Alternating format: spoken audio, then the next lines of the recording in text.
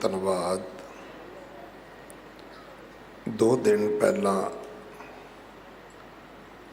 ਆਪ ਜੀ ਨੇ ਗੁਰਦੁਆਰਾ ਸੀਸਗੰਜ ਸਾਹਿਬ ਹਾਜ਼ਰੀ ਭਰੀ ਹੈ। ਅੰਮ੍ਰਿਤ ਸੰਚਾਰ ਹਰ ਐਤਵਾਰ 11 ਵਜੇ ਹੁੰਦਾ ਹੈ। ਅੱਜ ਅੰਮ੍ਰਿਤ ਸੰਚਾਰ ਹੋਵੇਗਾ ਗੁਰੂ ਘਰ ਦੀ ਸੇਵਾ ਦੇ ਵਿੱਚ। ਗੁਰੂ ਕੇ ਲੰਗਰਾਂ ਵਾਸਤੇ ਰਸਦ, ਕੜਾ ਪ੍ਰਸ਼ਾਦ ਦੀ ਦੇਗ ਵਾਸਤੇ ਦੇਸੀ ਘਿਓ, ਬਾਲਾ ਸਾਹਿਬ ਹੌਸਪਿਟਲ ਵਾਸਤੇ ਕੋਈ ਵੀ ਸੇਵਾ ਆਪ ਜੀ ਭੇਜ ਸਕਦੇ ਹੋ। ਇਮਾਰਤ ਦੀ ਸੇਵਾ ਜਥੇਦਾਰ ਬਾਬਾ ਬਚਨ ਸਿੰਘ ਜੀ ਕਰਵਾ ਰਹੇ ਹਨ। ਬੱਚਿਆਂ ਵਾਸਤੇ ਗੁਰਮਤਿ ਕੈਂਪ ਕੱਲ੍ਹ 4 ਤਰੀਕ ਤੋਂ ਆਰੰਭ ਹੋਏ ਨੇ, 25 ਤਰੀਕ ਤੱਕ ਚੱਲਣਗੇ।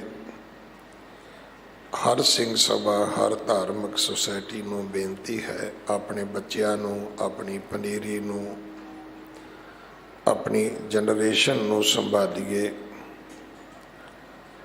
ਧਰਮ ਪ੍ਰਚਾਰ ਕਮੇਟੀ ਨਾਲ ਸੰਪਰਕ ਕਰੋ। ਬੱਚਿਆਂ ਨੂੰ ਗੁਰਮੁਖੀ ਸਿਖਾਉਣ ਵਾਸਤੇ, ਪੰਜਾਬੀ ਪੜ੍ਹਾਉਣ ਵਾਸਤੇ, ਧਰਮ ਦੀ ਮੁੱਢਲੀ ਜਾਣਕਾਰੀ ਦੇਣ ਵਾਸਤੇ ਪ੍ਰਚਾਰਕ ਅਤੇ ਲਿਟਰੇਚਰ ਸਾਹਿਤ ਜਿਹੜਾ ਹੈ ਇਹ ਤੁਹਾਨੂੰ ਬਿਲਕੁਲ ਫ੍ਰੀ ਦਿੱਤਾ ਜਾਏਗਾ। ਪੂਰਨ ਆਪ ਜੀ ਨੂੰ ਸਹਿਯੋਗ ਕੀਤਾ ਜਾਏਗਾ। ਆਪਾਂ ਛੁੱਟੀਆਂ ਦੇ ਵਿੱਚ ਆਪਣੇ ਬੱਚਿਆਂ ਨੂੰ ਧਰਮ ਨਾਲ ਜੋੜਨ ਦਾ ਯਤਨ ਕਰੀਏ। ਵਲੰਟੀਅਰ ਸੇਵਾ ਦੇ ਵਿੱਚ ਆਪ ਜੀ ਜ਼ਰੂਰ ਹਿੱਸਾ ਪਾਓ। ਹਜ਼ਾਰਾਂ ਲੱਖਾਂ ਦੀ ਗਿਣਤੀ ਵਿੱਚ ਸੰਗਤ ਆਉਂਦੀ ਹੈ। ਸੈਂਕੜੇ ਸੇਵਾਦਾਰ ਚਾਹੀਦੇ ਨੇ। ਆਧਾਰ ਕਾਰਡ ਦੀ ਕਾਪੀ ਦੇ ਕੇ ਆਪ ਜੀ ਵਲੰਟੀਅਰ ਕਾਰਡ ਬਣਵਾ ਸਕਦੇ ਹੋ। ਇਸ ਦੇ ਨਾਲ ਹੀ ਬੇਨਤੀ ਹੈ ਕਿ ਜਿਨ੍ਹਾਂ ਨੇ ਕਾਰਡ ਬਣਵਾਏ ਨੇ ਉਹ ਇਸ ਨੂੰ ਰਾਸ਼ਨ ਕਾਰਡ ਨਾ ਸਮਝਣ ਕਿ ਸਰਕਾਰੀ ਖੰਡ, ਚਾਵਲ, ਆਟਾ ਸਸਤੇ ਰੇਟ 'ਤੇ ਮਿਲੇਗਾ। ਇਹ ਸੇਵਾ ਦਾ ਕਾਰਡ ਹੈ। ਸੋ ਭਾਈ, ਸੇਵਾ ਦੇ ਵਿੱਚ ਜ਼ਰੂਰ ਆਓ। ਤੁਹਾਡਾ ਕਾਰਡ ਬਣਾਉਣਾ ਮੁਬਾਰਕ ਹੈ। ਅਤੇ ਜੇ ਸੇਵਾ ਹੀ ਨਹੀਂ ਕਰਨੀ ਫਿਰ ਮੇਰੀ 2 ਹੱਥ ਜੋੜ ਕੇ ਬੇਨਤੀ ਹੈ ਵੀ ਕਾਰਡ ਹੀ ਮੋੜ ਦਿਓ। ਇੰਨੇ ਕਾਰਡ ਦਿੱਤੇ ਜਾ ਚੁੱਕੇ ਨੇ, ਵਲੰਟੀਅਰ ਵੇਖਣ ਨੂੰ ਨਹੀਂ ਲੱਭਦੇ। ਸੋ ਮੇਰੀ ਫਿਰ ਬੇਨਤੀ ਹੈ, ਰਾਸ਼ਨ ਕਾਰਡ ਨਹੀਂ ਹੈ, ਇਹ ਸੇਵਾ ਦਾ ਕਾਰਡ ਹੈ। ਸੋ ਘੱਟੋ ਘੱਟ ਹਫ਼ਤੇ ਵਿੱਚ 1 ਦਿਨ ਆ ਕੇ ਸੇਵਾ ਜ਼ਰੂਰ ਕਰੋ। ਅਗਲੇ ਸਮੇਂ ਵਾਸਤੇ ਗੁਰਬਾਣੀ ਵਿਚਾਰ ਸਰਵਣ ਕਰੀਏ ਜੀ। ਵਾਹਿਗੁਰੂ ਜੀ ਕਾ ਖਾਲਸਾ, ਵਾਹਿਗੁਰੂ ਜੀ ਕੀ ਫਤਿਹ। ਇੱਕ ਓੰਕਾਰ ਸਤਿਨਾਮ ਕਰਤਾ ਪੁਰਖ ਨਿਰਭਉ ਨਿਰਵੈਰ ਅਕਾਲ ਮੂਰਤ ਅਜੂਨੀ ਸੈਭੰ ਗੁਰ ਪ੍ਰਸਾਦ। ਮੈਂ ਨਾਹੀਂ ਕਛੁ ਨਹੀਂ, ਕਿਛ ਆਹ ਨਾ ਮੋਰਾ। ਅਵਸਰ ਲੱਜਾ ਰਾਖ ਲੇਹੋ, ਸਦਨਾ ਜਨ ਤੋਰਾ। ਜਾਗਤ ਜੋਤ ਸਤਿਗੁਰੂ ਧੰਨ ਸ੍ਰੀ ਗੁਰੂ ਗ੍ਰੰਥ ਸਾਹਿਬ ਪਾਤਸ਼ਾਹ ਜੀ ਦੀ ਪਾਵਨ ਹਜ਼ੂਰੀ ਜੁੜ ਬੈਠੇ ਸਮੂਹ ਗੁਰਮੁਖ ਪਿਆਰੇ ਸਤਸੰਗੀ ਜਨੋਂ, ਕਲਗੀਧਰ ਪਾਤਸ਼ਾਹ ਹਜ਼ੂਰ ਅੰਮ੍ਰਿਤ ਕੇ ਦਾਤੇ ਸਰਬੰਸ ਦਾਨੀ ਧੰਨ ਸ੍ਰੀ ਗੁਰੂ ਗ੍ਰੰਥ ਸਾਹਿਬ ਵਾਹਿਗੁਰੂ ਜੀ, ਧੰਨ ਗੁਰੂ ਗੋਬਿੰਦ ਸਿੰਘ ਸਾਹਿਬ ਮਹਾਰਾਜ ਜੀ ਦੀ ਬਖਸ਼ਿਸ਼ ਕੀਤੀ ਹੋਈ ਗੁਰਫਤਿਹ ਸਾਂਝੀ ਕਰੀਏ ਜੀ। ਵਾਹਿਗੁਰੂ ਜੀ ਕਾ ਖਾਲਸਾ, ਵਾਹਿਗੁਰੂ ਜੀ ਕੀ ਫਤਿਹ। 8ਵੇਂ ਪਾਤਸ਼ਾਹ ਧੰਨ ਸ੍ਰੀ ਗੁਰੂ ਹਰਕ੍ਰਿਸ਼ਨ ਸਾਹਿਬ ਮਹਾਰਾਜ, ਤਿੰਨਾਂ ਦੇ ਪਾਵਨ ਚਰਨ ਛੋ ਪ੍ਰਾਪਤ ਇਹ ਗੁਰ ਅਸਥਾਨ ਗੁਰਦੁਆਰਾ ਸ੍ਰੀ ਬੰਗਲਾ ਸਾਹਿਬ ਵਿਖੇ ਗੁਰੂ ਦਰਬਾਰ ਵਿੱਚ ਚੱਲ ਰਹੀ ਧੰਨ ਸ੍ਰੀ ਗੁਰੂ ਗ੍ਰੰਥ ਸਾਹਿਬ ਮਹਾਰਾਜ ਜੀ ਦੀ ਲੜੀਵਾਰ ਸ਼ਬਦ ਵਿਚਾਰ ਵਿੱਚ ਸਾਨੂੰ ਜੋ ਅੱਜ ਉਪਦੇਸ਼ ਰੂਪ ਬਚਨ ਬਖਸ਼ਿਸ਼ ਹੋਇਆ, ਗੁਰੂ ਦਰਬਾਰ ਦੇ ਮੁੱਖ ਗ੍ਰੰਥੀ ਗੁਰੂ ਸਵਾਰੀ ਸਿੰਘ ਸਾਹਿਬ ਭਾਈ ਰਣਜੀਤ ਸਿੰਘ ਜੀ ਨੇ ਸਾਨੂੰ ਸ਼ਰਵਣ ਕਰਾਇਆ। ਇਹ ਬਚਨ ਆਦਿ ਗੁਰੂ ਧੰਨ ਸ੍ਰੀ ਗੁਰੂ ਨਾਨਕ ਦੇਵ ਜੀ ਮਹਾਰਾਜ ਦੇ ਪਾਵਨ ਮੁਖਾਰ ਬਿੰਦ ਤੋਂ ਉਚਾਰਨ ਹੋਇਆ। ਸ੍ਰੀ ਗੁਰੂ ਗ੍ਰੰਥ ਸਾਹਿਬ ਵਿੱਚ ਆਰੰਭਤਾ ਦੀ ਬਾਣੀ, ਜਿਸ ਦਾ ਸਿਰ ਲੇਖ ਜਪ, ਜਿਸ ਨੂੰ ਅਸੀਂ ਸਤਿਕਾਰ ਨਾਲ ਜਪਜੀ ਸਾਹਿਬ ਆਖਦੇ ਹਾਂ, ਇਸ ਅੰਮ੍ਰਿਤ ਬਚਨ ਵਿੱਚ ਦਾਤਾਰ ਪਾਤਸ਼ਾਹ ਨੇ ਜੋ ਆਰੰਭਤਾ ਕੀਤੀ ਉਹ ਇੱਕ ਓੰਕਾਰ ਦੇ ਨਾਲ ਕੀਤੀ। ਓੰਕਾਰ ਸ਼ਬਦ ਗੁਰੂ ਨਾਨਕ ਪਾਤਸ਼ਾਹ ਹਜ਼ੂਰ ਤੋਂ ਪਹਿਲਾਂ ਹੀ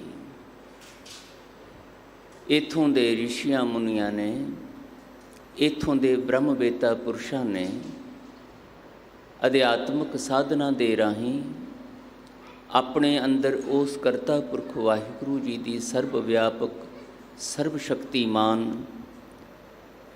ਜੋਤ ਰੂਪ ਸੱਤਾ ਨੂੰ ਅਨੁਭਵ ਕਰਦਿਆਂ ਓੰਕਾਰ ਨਾਮ ਦਿੱਤਾ। ਓਮ ਦੀ ਧੁਨੀ ਤੋਂ ਇਹ ਓੰਕਾਰ ਨਾਮ ਹੋਂਦ ਵਿੱਚ ਆਇਆ, ਜਿਸ ਦਾ ਵੇਦਾਂ ਵਿੱਚ ਵੀ ਅਤੇ ਉਪਨਿਸ਼ਦਾਂ ਵਿੱਚ ਵਿਸ਼ੇਸ਼ ਤੌਰ 'ਤੇ ਇਸ ਦਾ ਜ਼ਿਕਰ ਹੈ। ਲੇਕਿਨ ਇਸੇ ਹੀ ਹਿੰਦੁਸਤਾਨ ਦੀ ਸੱਭਿਅਤਾ ਦੇ ਵਿੱਚ ਜਦੋਂ ਇਹ ਅਧਿਆਤਮਿਕ ਸਾਧਨਾ ਦੇ ਵਿੱਚੋਂ ਨਿਕਲੇ ਹੋਏ ਅੰਮ੍ਰਿਤ ਬਚਨ ਵਪਾਰਕ ਬਿਰਤੀ ਵਾਲਿਆਂ ਦੇ, ਪੰਡਿਤ ਕਹਾਉਣ ਵਾਲੇ, ਪੁਜਾਰੀ ਕਹਾਉਣ ਵਾਲੇ, ਥੱਲੇ ਉਹਨਾਂ ਦੇ ਹੱਥ ਵਿੱਚ ਆਏ। ਆਪਣੀ ਵਪਾਰਕ ਬਿਰਤੀ ਦੇ ਨਾਲ ਪਰਮਾਤਮਾ ਦੀ ਓੰਕਾਰ ਦੀ ਪੂਜਾ ਮਾਨਤਾ ਵੱਲ ਲੋਕਾਂ ਨੂੰ ਜੋੜਨ ਦੀ ਬਜਾਏ ਆਪਣੀ ਪੂਜਾ ਮਾਨਤਾ ਵਾਲੇ ਪਾਸੇ, ਆਪਣੇ ਸੁਖ ਸਾਧਨਾ ਦੀ ਪ੍ਰਾਪਤੀ ਦੀ ਤ੍ਰਿਸ਼ਨਾਲੂ ਲਾਲਸਾ ਦੇ ਅਧੀਨ ਇਸ ਪਰਮਾਤਮ ਸ਼ਕਤੀ ਦਾ ਅਹਿਸਾਸ ਕਰਾਉਣਾ, ਇਹਦਾ ਉਪਦੇਸ਼ ਕਰਨਾ ਛੱਡਿਆ, ਬਲਕਿ ਸਸਤੇ ਢੰਗ ਨਾਲ ਕਰਮਕਾਂਡੀ ਬਿਰਤੀ ਦੇ ਅਧੀਨ ਵੱਖਰੀਆਂ ਵੱਖਰੀਆਂ ਦੇਵੀ ਦੇਵਤਿਆਂ ਦੇ ਰੂਪ ਵਿੱਚ ਮੂਰਤੀਆਂ ਬਣਾ ਕੇ ਪੂਜਾ ਅਰਚਨਾ ਦੀ ਵੱਖਰੇ ਵੱਖਰੇ ਕਰਮਕਾਂਡੀ ਢੰਗਾਂ ਨਾਲ ਆਰਤੀਆਂ ਕਰਨ ਦੀ ਅਤੇ ਹੋਰ ਧਰਮ ਦੇ ਨਾਮ 'ਤੇ ਕਰਮਕਾਂਡ ਕਰਨ ਦੀ ਪ੍ਰਥਾ ਚਲਾਈ। ਉਹ ਓੰਕਾਰ ਦੀ ਜਿਹੜੀ ਸਰਬ ਸ਼ਕਤੀਮਾਨ ਸਰਬ ਵਿਆਪਕ ਹਸਤੀ ਦਾ ਅਨੁਭਵ ਬ੍ਰਹਮਵੇਤਾ ਪੁਰਸ਼ਾਂ ਨੇ ਕੀਤਾ, ਉਹ ਵਿੱਚੋਂ ਮਨਫੀ ਹੋ ਗਿਆ। ਇੱਥੋਂ ਤੱਕ ਅੱਜ ਵੀ ਓੰਕਾਰ, ਓੰਕਾਰੇਸ਼ਵਰ ਇੱਕ ਜਗ੍ਹਾ ਹੈ ਜਿਸ ਦਾ ਨਾਮ ਹੀ ਓੰਕਾਰੇਸ਼ਵਰ ਹੈ। ਇਹ ਗੁਰੂ ਨਾਨਕ ਪਾਤਸ਼ਾਹ ਤੋਂ ਪਹਿਲਾਂ ਹੀ ਅਸਥਾਨ ਹੋਂਦ ਵਿੱਚ ਆਇਆ ਹੋਇਆ ਸੀ। ਉੱਥੇ ਓੰਕਾਰ ਦੀ ਪੂਜਾ ਮੂਰਤੀ ਬਣਾ ਕੇ, ਸ਼ਿਵ ਦੀ ਮੂਰਤੀ ਬਣਾ ਕੇ ਪੂਜਾ ਕੀਤੀ ਜਾਂਦੀ ਸੀ, ਅਤੇ ਉਸ ਪੂਜਾ ਨੂੰ ਹੀ ਓੰਕਾਰ ਕਹਿ ਕੇ ਉਹਦੇ ਅੱਗੇ ਆਰਤੀਆਂ ਉਤਾਰਨੀਆਂ ਅਤੇ ਉਹਦੇ ਅੱਗੇ ਹੀ ਭੇਟਾਵਾਂ ਚੜਾਉਣੀਆਂ, ਉਹਨੂੰ ਸੀਮਤ ਕਰ ਦਿੱਤਾ। ਉਸ ਦੀ ਅੰਦਰ ਦੀ ਪੂਜਾ ਭਾਵਨਾ ਨੂੰ ਬਾਹਰੀ ਕਰਮਕਾਂਡ ਦਾ ਰੂਪ ਦੇ ਕੇ ਤੋੜ ਦਿੱਤਾ। ਓੰਕਾਰ ਦੀ ਉਸ ਸਤਚਿੱਤ ਆਨੰਦ ਵਾਲੀ ਪਰਮ ਜੋਤ ਨਾਲੋਂ। ਗੁਰੂ ਨਾਨਕ ਪਾਤਸ਼ਾਹ ਹਜ਼ੂਰ ਨੇ ਇਹ ਕਰਮ ਕਾਂਡ ਦੇਖੇ। ਦੇਵੀ ਦੇਵਤਿਆਂ ਦੀ ਇਸ ਮੂਰਤੀ ਪੂਜਾ ਨੂੰ ਗੁਰੂ ਸਾਹਿਬ ਨੇ ਆਪਣੇ ਆਸੇ ਪਾਸੇ ਦੇ ਸਮਾਜ ਵਿੱਚ ਇਹਨਾਂ ਪੰਡਿਤ ਕਹਾਉਣ ਵਾਲੇ, ਜੋਗੀ ਕਹਾਉਣ ਵਾਲੇ, ਹੋਰ ਵੱਖਰੇ ਵੱਖਰੇ ਧਾਰਮਿਕ ਵਿਸ਼ਵਾਸਾਂ ਦੇ ਧਾਰਮਿਕ ਮੁਖੀ ਕਹਾਉਣ ਵਾਲਿਆਂ ਦੇ ਰਾਹੀਂ ਚਲਾਇਆ ਗਿਆ ਇਹ ਧੰਦਾ, ਇਸ ਨੂੰ ਦੇਖਿਆ ਅਤੇ ਮਹਾਰਾਜ ਨੇ ਮਹਿਸੂਸ ਕੀਤਾ ਕਿ ਇੱਥੋਂ ਦੇ ਲੋਕ ਜਿਹੜੇ ਨੇ ਉਹ ਆਨੰਦ ਤੇ ਲੈਣਾ ਚਾਹੁੰਦੇ ਹੈ, ਜ਼ਿੰਦਗੀ ਵਿੱਚ ਸੁਖੀ ਹੋਣਾ ਚਾਹੁੰਦੇ ਹੈ, ਚਿੰਤਾ ਮੁਕਤ, ਡਰ ਮੁਕਤ ਜੀਵਨ ਜਿਉਣਾ ਚਾਹੁੰਦੇ ਹੈ, ਪਰ ਉਹਦੇ ਲਈ ਜਿਹੜਾ ਢੰਗ ਤਰੀਕਾ ਇਹਨਾਂ ਨੂੰ ਦੱਸਿਆ ਜਾ ਰਿਹਾ ਉਹ ਗਲਤ ਹੈ। ਉਹ ਇਹਨਾਂ ਦੇ ਜੀਵਨ ਦਾ ਸਮਾਂ, ਇਹਨਾਂ ਦੇ ਜੀਵਨ ਦੀ ਸ਼ਕਤੀ ਨੂੰ ਵਿਅਰਥ ਗਵਾਉਣ ਵਾਲਾ ਹੈ। ਇਸ ਕਰਕੇ ਪਾਤਸ਼ਾਹ ਹਜ਼ੂਰ ਨੇ ਚੜ੍ਹਿਆ ਸੋਧਣ ਧਰਤ ਲੁਕਾਈ ਦਾ ਮੰਤਵ ਆਪਣੇ ਸਾਹਮਣੇ ਰੱਖ ਕੇ ਯਾਤਰਾਵਾਂ ਸ਼ੁਰੂ ਕੀਤੀਆਂ।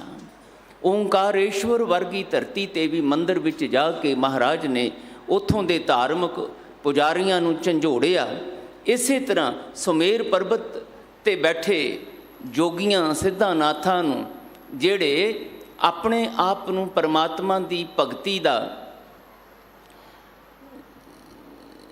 ਯੋਗ ਸਾਧਨਾ ਨੂੰ ਸਾਧਨ ਬਣਾ ਕੇ ਸਮਾਂ ਬਤੀਤ ਕਰ ਰਹੇ ਸੀ, ਨਿਰਸੰਦੇਹ ਉਹਨਾਂ ਕੋਲ ਸਿੱਧੀਆਂ ਰਿੱਧੀਆਂ ਆਤਮਿਕ ਸ਼ਕਤੀਆਂ ਤੇ ਆ ਗਈਆਂ, ਪਰ ਉਹਨਾਂ ਨੂੰ ਪਰਮਾਤਮਾ ਮੇਲ ਨਹੀਂ ਹੋਇਆ। ਉਹਦਾ ਪ੍ਰਮਾਣ ਇਹ ਸੀ ਕਿ ਉਹਨਾਂ ਦੇ ਅੰਦਰ ਇਸ ਪੂਜਾ ਸਾਧਨਾ ਦੇ ਰਾਹੀਂ, ਯੋਗ ਸਾਧਨਾ ਦੇ ਰਾਹੀਂ, ਹਠ ਯੋਗ ਦੇ ਰਾਹੀਂ ਰਿੱਧੀਆਂ ਸਿੱਧੀਆਂ ਤੇ ਆ ਗਈਆਂ, ਪਰ ਉਹਨਾਂ ਦੀ ਮੈਂ ਹੋਰ ਵੱਧ ਗਈ। ਚਾਹੀਦਾ ਤੇ ਇਹ ਸੀ ਕਿ ਇਹ ਮੈਂ ਜਿਹੜੀ ਬੰਦੇ ਨੂੰ ਖੁਆਰ ਕਰਦੀ ਹੈ, ਇਹ ਮੇਰਾ ਹੈ, ਇਹ ਤੇਰਾ ਹੈ, ਅਤੇ ਮੇਰਾ ਜਿਹੜਾ ਹੈ ਉਹ ਸ੍ਰੇਸ਼ਟ ਹੈ, ਤੇਰਾ ਜਿਹੜਾ ਹੈ ਉਹ 2 ਨੰਬਰ 'ਤੇ ਹੈ। ਮੇਰੇ ਦਾ ਪ੍ਰਭਾਵ ਤੇਰੇ ਉੱਤੇ ਹੋਣਾ ਚਾਹੀਦਾ ਹੈ, ਅਤੇ ਜਿਹੜਾ ਸਾਹਮਣੇ ਵਾਲਾ ਹੈ ਉਹ ਵੀ ਇਹੀ ਕਹਿੰਦਾ ਕਿ ਮੈਂ ਅਤੇ ਮੇਰਾ ਸ੍ਰੇਸ਼ਟ ਹੈ, ਤੇਰਾ 2 ਨੰਬਰ 'ਤੇ ਹੈ, ਮੇਰਾ ਤੇਰੇ 'ਤੇ ਪ੍ਰਭਾਵ ਹੋਣਾ ਚਾਹੀਦਾ। ਇਸੇ ਮੇਰ ਤੇਰ ਦੇ ਬੰਧਨਾਂ ਵਿੱਚ ਮਹਾਰਾਜ ਕਹਿੰਦੇ ਮੈਂ ਖੁਆਰ ਹੁੰਦਾ ਦੇਖਿਆ ਸਰ। ਬਾਣੀ ਦਾ ਵੀ ਇਹੀ ਫੈਸਲਾ ਹੈ, ਮੇਰਾ ਤੇਰਾ ਜਾਣਤਾ ਤਬ ਹੀ ਤੇ ਬੰਧਾ। ਇਹ ਬੰਧਨ ਪੈ ਗਏ ਸੀ ਇਸ ਧਰਤੀ ਦੇ ਮਨੁੱਖ ਕਹਾਉਣ ਵਾਲਿਆਂ ਨੂੰ, ਮਨੁੱਖੀ ਸਮਾਜ ਨੂੰ। ਅਗਿਆਨਤਾ ਵਸ ਆਪ ਤੇ ਉਹਨਾਂ ਨੂੰ ਪਰਮਾਤਮ ਭਗਤੀ ਦੀ ਜੁਗਤ ਸਮਝ ਨਹੀਂ ਸੀ ਆ ਰਹੀ, ਅਤੇ ਜਿਨ੍ਹਾਂ ਨੇ ਸਮਝਾਉਣੀ ਸੀ ਉਹ ਆਪ ਆਪਣੀ ਹਉਮੈ ਦਾ ਸ਼ਿਕਾਰ ਹੋ ਕੇ ਮਿਲਣ ਦੀ ਬਜਾਏ ਵਿਛੜੇ ਹੋਏ ਸੀ। ਪਰ ਭੁਲੇਖਾ ਉਹਨਾਂ ਨੂੰ ਇਹ ਪੈ ਗਿਆ ਸੀ ਕਿ ਅਸੀਂ ਪਰਮਾਤਮਾ ਦੇ ਭਗਤ ਹਾਂ, ਸਾਨੂੰ ਪਰਮਾਤਮਾ ਦੇ ਦਰਸ਼ਨ ਹੋਏ ਨੇ, ਕਿਉਂਕਿ ਸਾਡੇ ਕੋਲ ਰਿੱਧੀਆਂ ਸਿੱਧੀਆਂ ਆ ਗਈਆਂ, ਸਾਡੇ ਕੋਲ ਆਤਮਿਕ ਸ਼ਕਤੀਆਂ ਆ ਗਈਆਂ। ਇਹ ਪਰਮਾਤਮਾ ਦੇ ਮਿਲਾਪ ਦਾ ਪ੍ਰਮਾਣ ਹੈ। ਅਤੇ ਗੁਰੂ ਨਾਨਕ ਦੇਵ ਪਾਤਸ਼ਾਹ ਨੇ ਆਖਿਆ ਇਹੀ ਤੁਹਾਡਾ ਭਰਮ ਭੁਲੇਖਾ।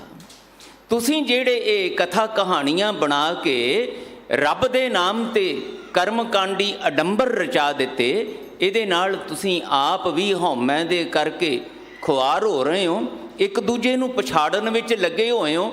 ਦੁਨੀਆ ਦੀ ਪੂਜਾ ਮਾਨਤਾ ਦੀ ਤੁਹਾਡੇ ਅੰਦਰ ਤ੍ਰਿਸ਼ਨਾਲੂ ਬਿਰਤੀ ਨੇ ਤੁਹਾਨੂੰ ਵਰਾਂ ਸਰਾਪਾਂ ਦੇ ਚੱਕਰ ਵਿੱਚ ਪਾ ਕੇ ਪਰਮਾਤਮਾ ਨਾਲੋਂ ਤੋੜਤਾ ਹੈ। ਪਰਮਾਤਮਾ ਨੂੰ ਮਿਲਣ ਦਾ ਤਾਂ ਪ੍ਰਮਾਣ ਇਹ ਹੈ ਕਿ ਤੁਹਾਡੇ ਅੰਦਰੋਂ ਖਿੰਡਾਓ ਮੁੱਕੇ, ਤੁਹਾਡੇ ਅੰਦਰੋਂ ਮੈਂ ਮੇਰੀ ਦੀ ਤ੍ਰਿਸ਼ਨਾਲੂ ਬਿਰਤੀ ਮੁੱਕੇ, ਦੂਜੇ ਨੂੰ ਪਛਾੜ ਕੇ ਆਪਣੇ ਆਪ ਨੂੰ ਸ੍ਰੇਸ਼ਟ ਸਿੱਧ ਕਰਨ ਦੀ ਇਹ ਨਾ ਸਮਝੀ ਮੁੱਕੇ। ਇਹ ਪ੍ਰਮਾਣ ਹੈ ਪਰਮਾਤਮਾ ਦੇ ਮਿਲਣ ਦਾ। ਤੂੰ ਤੂੰ ਕਰਤਾ ਤੂੰ ਹੁਆ, ਮੁਝ ਮੈਂ ਰਹਾ ਨਾ ਹੂੰ, ਜਬ ਆਪਾ ਪਰ ਕਾ, ਇਹ ਮੇਰਾ ਹੈ, ਇਹ ਤੇਰਾ ਹੈ, ਇਹ ਆਪਣਾ ਹੈ, ਇਹ ਬੇਗਾਨਾ ਹੈ। ਮਹਾਰਾਜ ਕਹਿੰਦੇ ਇਹ ਬੰਧਨਾਂ ਵਾਲੀ ਬਿਰਤੀ, ਅਗਿਆਨੀ ਬਿਰਤੀ ਤੋਂ ਜਦੋਂ ਮੁਕਤੀ ਮਿਲੇ, ਜਬ ਆਪਾ ਪਰ ਕਾ ਮਿਟ ਗਿਆ, ਜਤ ਦੇਖਾਂ ਤਤ ਤੂੰ, ਮੈਂ ਤੋਂ ਸ਼ੁਰੂ ਹੋ ਕੇ, ਮੇਰਾ ਤੋਂ ਸ਼ੁਰੂ ਹੋ ਕੇ ਤੂੰ ਤੇਰਾ ਦੀ ਅੰਦਰ ਸਮਝ ਨਿਰੰਤਰ ਬਣ ਜਾਵੇ, ਮਨੋ ਅਵਸਥਾ ਅੰਦਰ ਇਹ ਬਣ ਜਾਵੇ। ਇਹ ਹੈ ਮਹਾਰਾਜ ਕਹਿੰਦੇ ਪਰਮਾਤਮਾ ਦੇ ਮਿਲਣ ਦਾ ਪ੍ਰਮਾਣ। ਅਤੇ ਤੁਸੀਂ ਤਾਂ ਮਿਲਣਾ ਕੀ ਸੀ, ਆਪ ਵੀ ਵਿਛੜ ਗਏ ਅਤੇ ਦੂਜਿਆਂ ਨੂੰ ਵੀ ਵਿਛੜਨ ਵਾਲੀ ਕਰਮਕਾਂਡੀ ਜੁਗਤੀ ਸਮਝਾਉਣ ਵਾਲੇ ਪਾਸੇ ਲੱਗ ਗਏ। ਅੱਜ ਦਾ ਜਿਹੜਾ ਇਹ ਬਚਨ ਸਤਿਗੁਰੂ ਜੀ ਨੇ ਬਖਸ਼ਿਸ਼ ਕੀਤਾ ਹੈ, ਉਹ ਇਸੇ ਪ੍ਰਥਾਏ ਹੈ। ਇਹ 4 ਪੌੜੀਆਂ ਜਿਹੜੀਆਂ ਗੁਰੂਦੇਵ ਨੇ ਸਾਡੀ ਝੋਲੀ ਪਾਈਆਂ ਆਦੇਸ਼ ਵਾਲੀਆਂ, ਇਹਦੇ ਵਿੱਚ ਜੋਗੀਆਂ ਦੇ ਉਸ ਨਾ ਸਮਝੀ ਦੇ ਅਧੀਨ ਚਲਾਏ ਹੋਏ ਕਰਮ ਕਾਂਡਾਂ ਦਾ ਜ਼ਿਕਰ ਕੀਤਾ ਹੈ।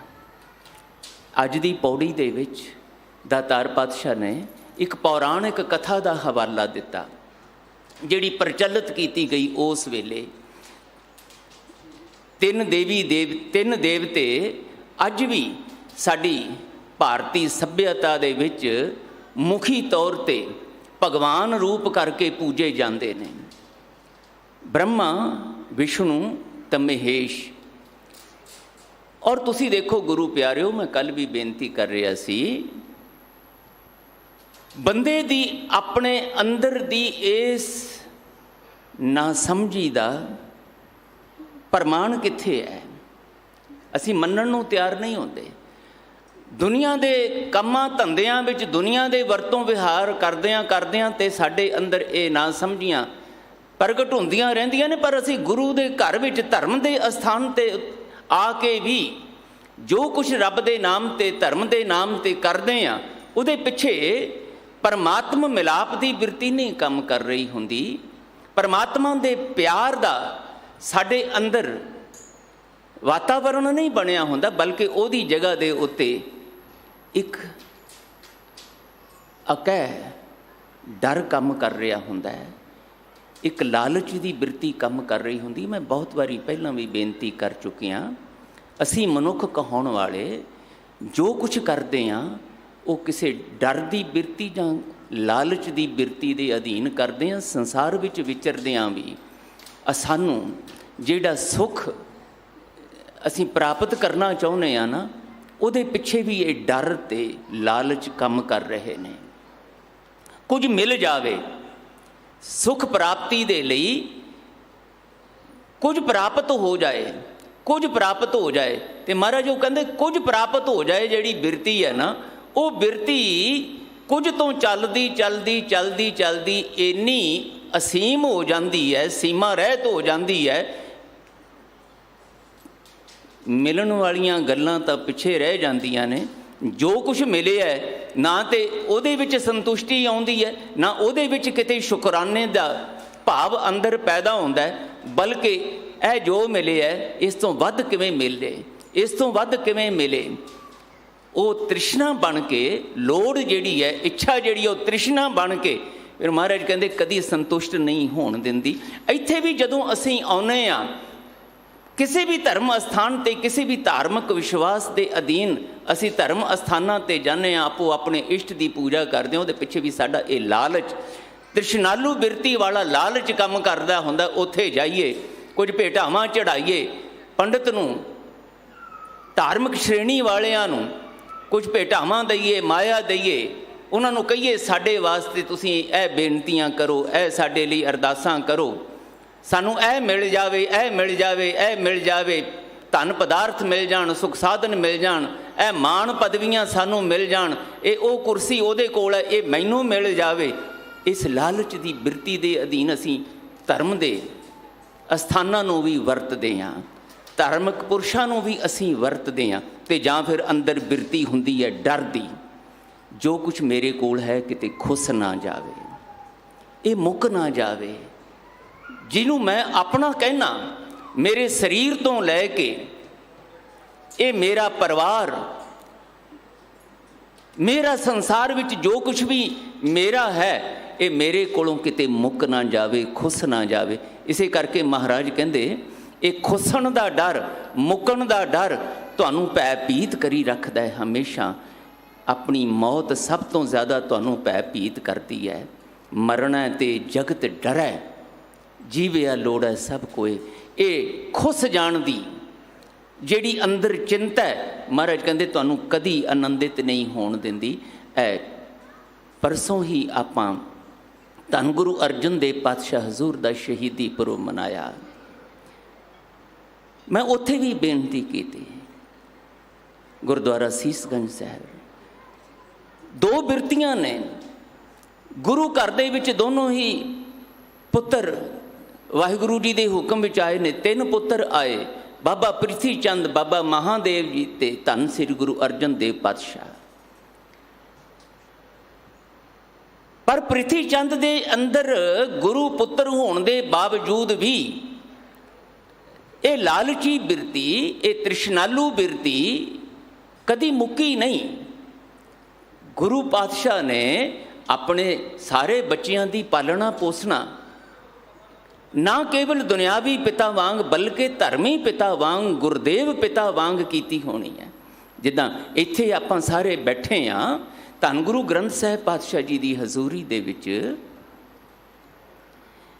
आनंद सुख लैण वास्ते आए। गुरु साहब गुरु ग्रंथ साहब के रूप में सानू प्रकाशमान हो के उपदेश कर रहे हैं। इदां ही किसी वेले धन गुरु रामदास सच्चे पातशाह हजूर इसे ही गुरता गद्दी ते विराजमान हो के इदां ही अपने दर ते गुरु नानक पातशाह के दरबार ते आईयां हुई सिख संगतां नूं उपदेश बख्शिश करते होणगे।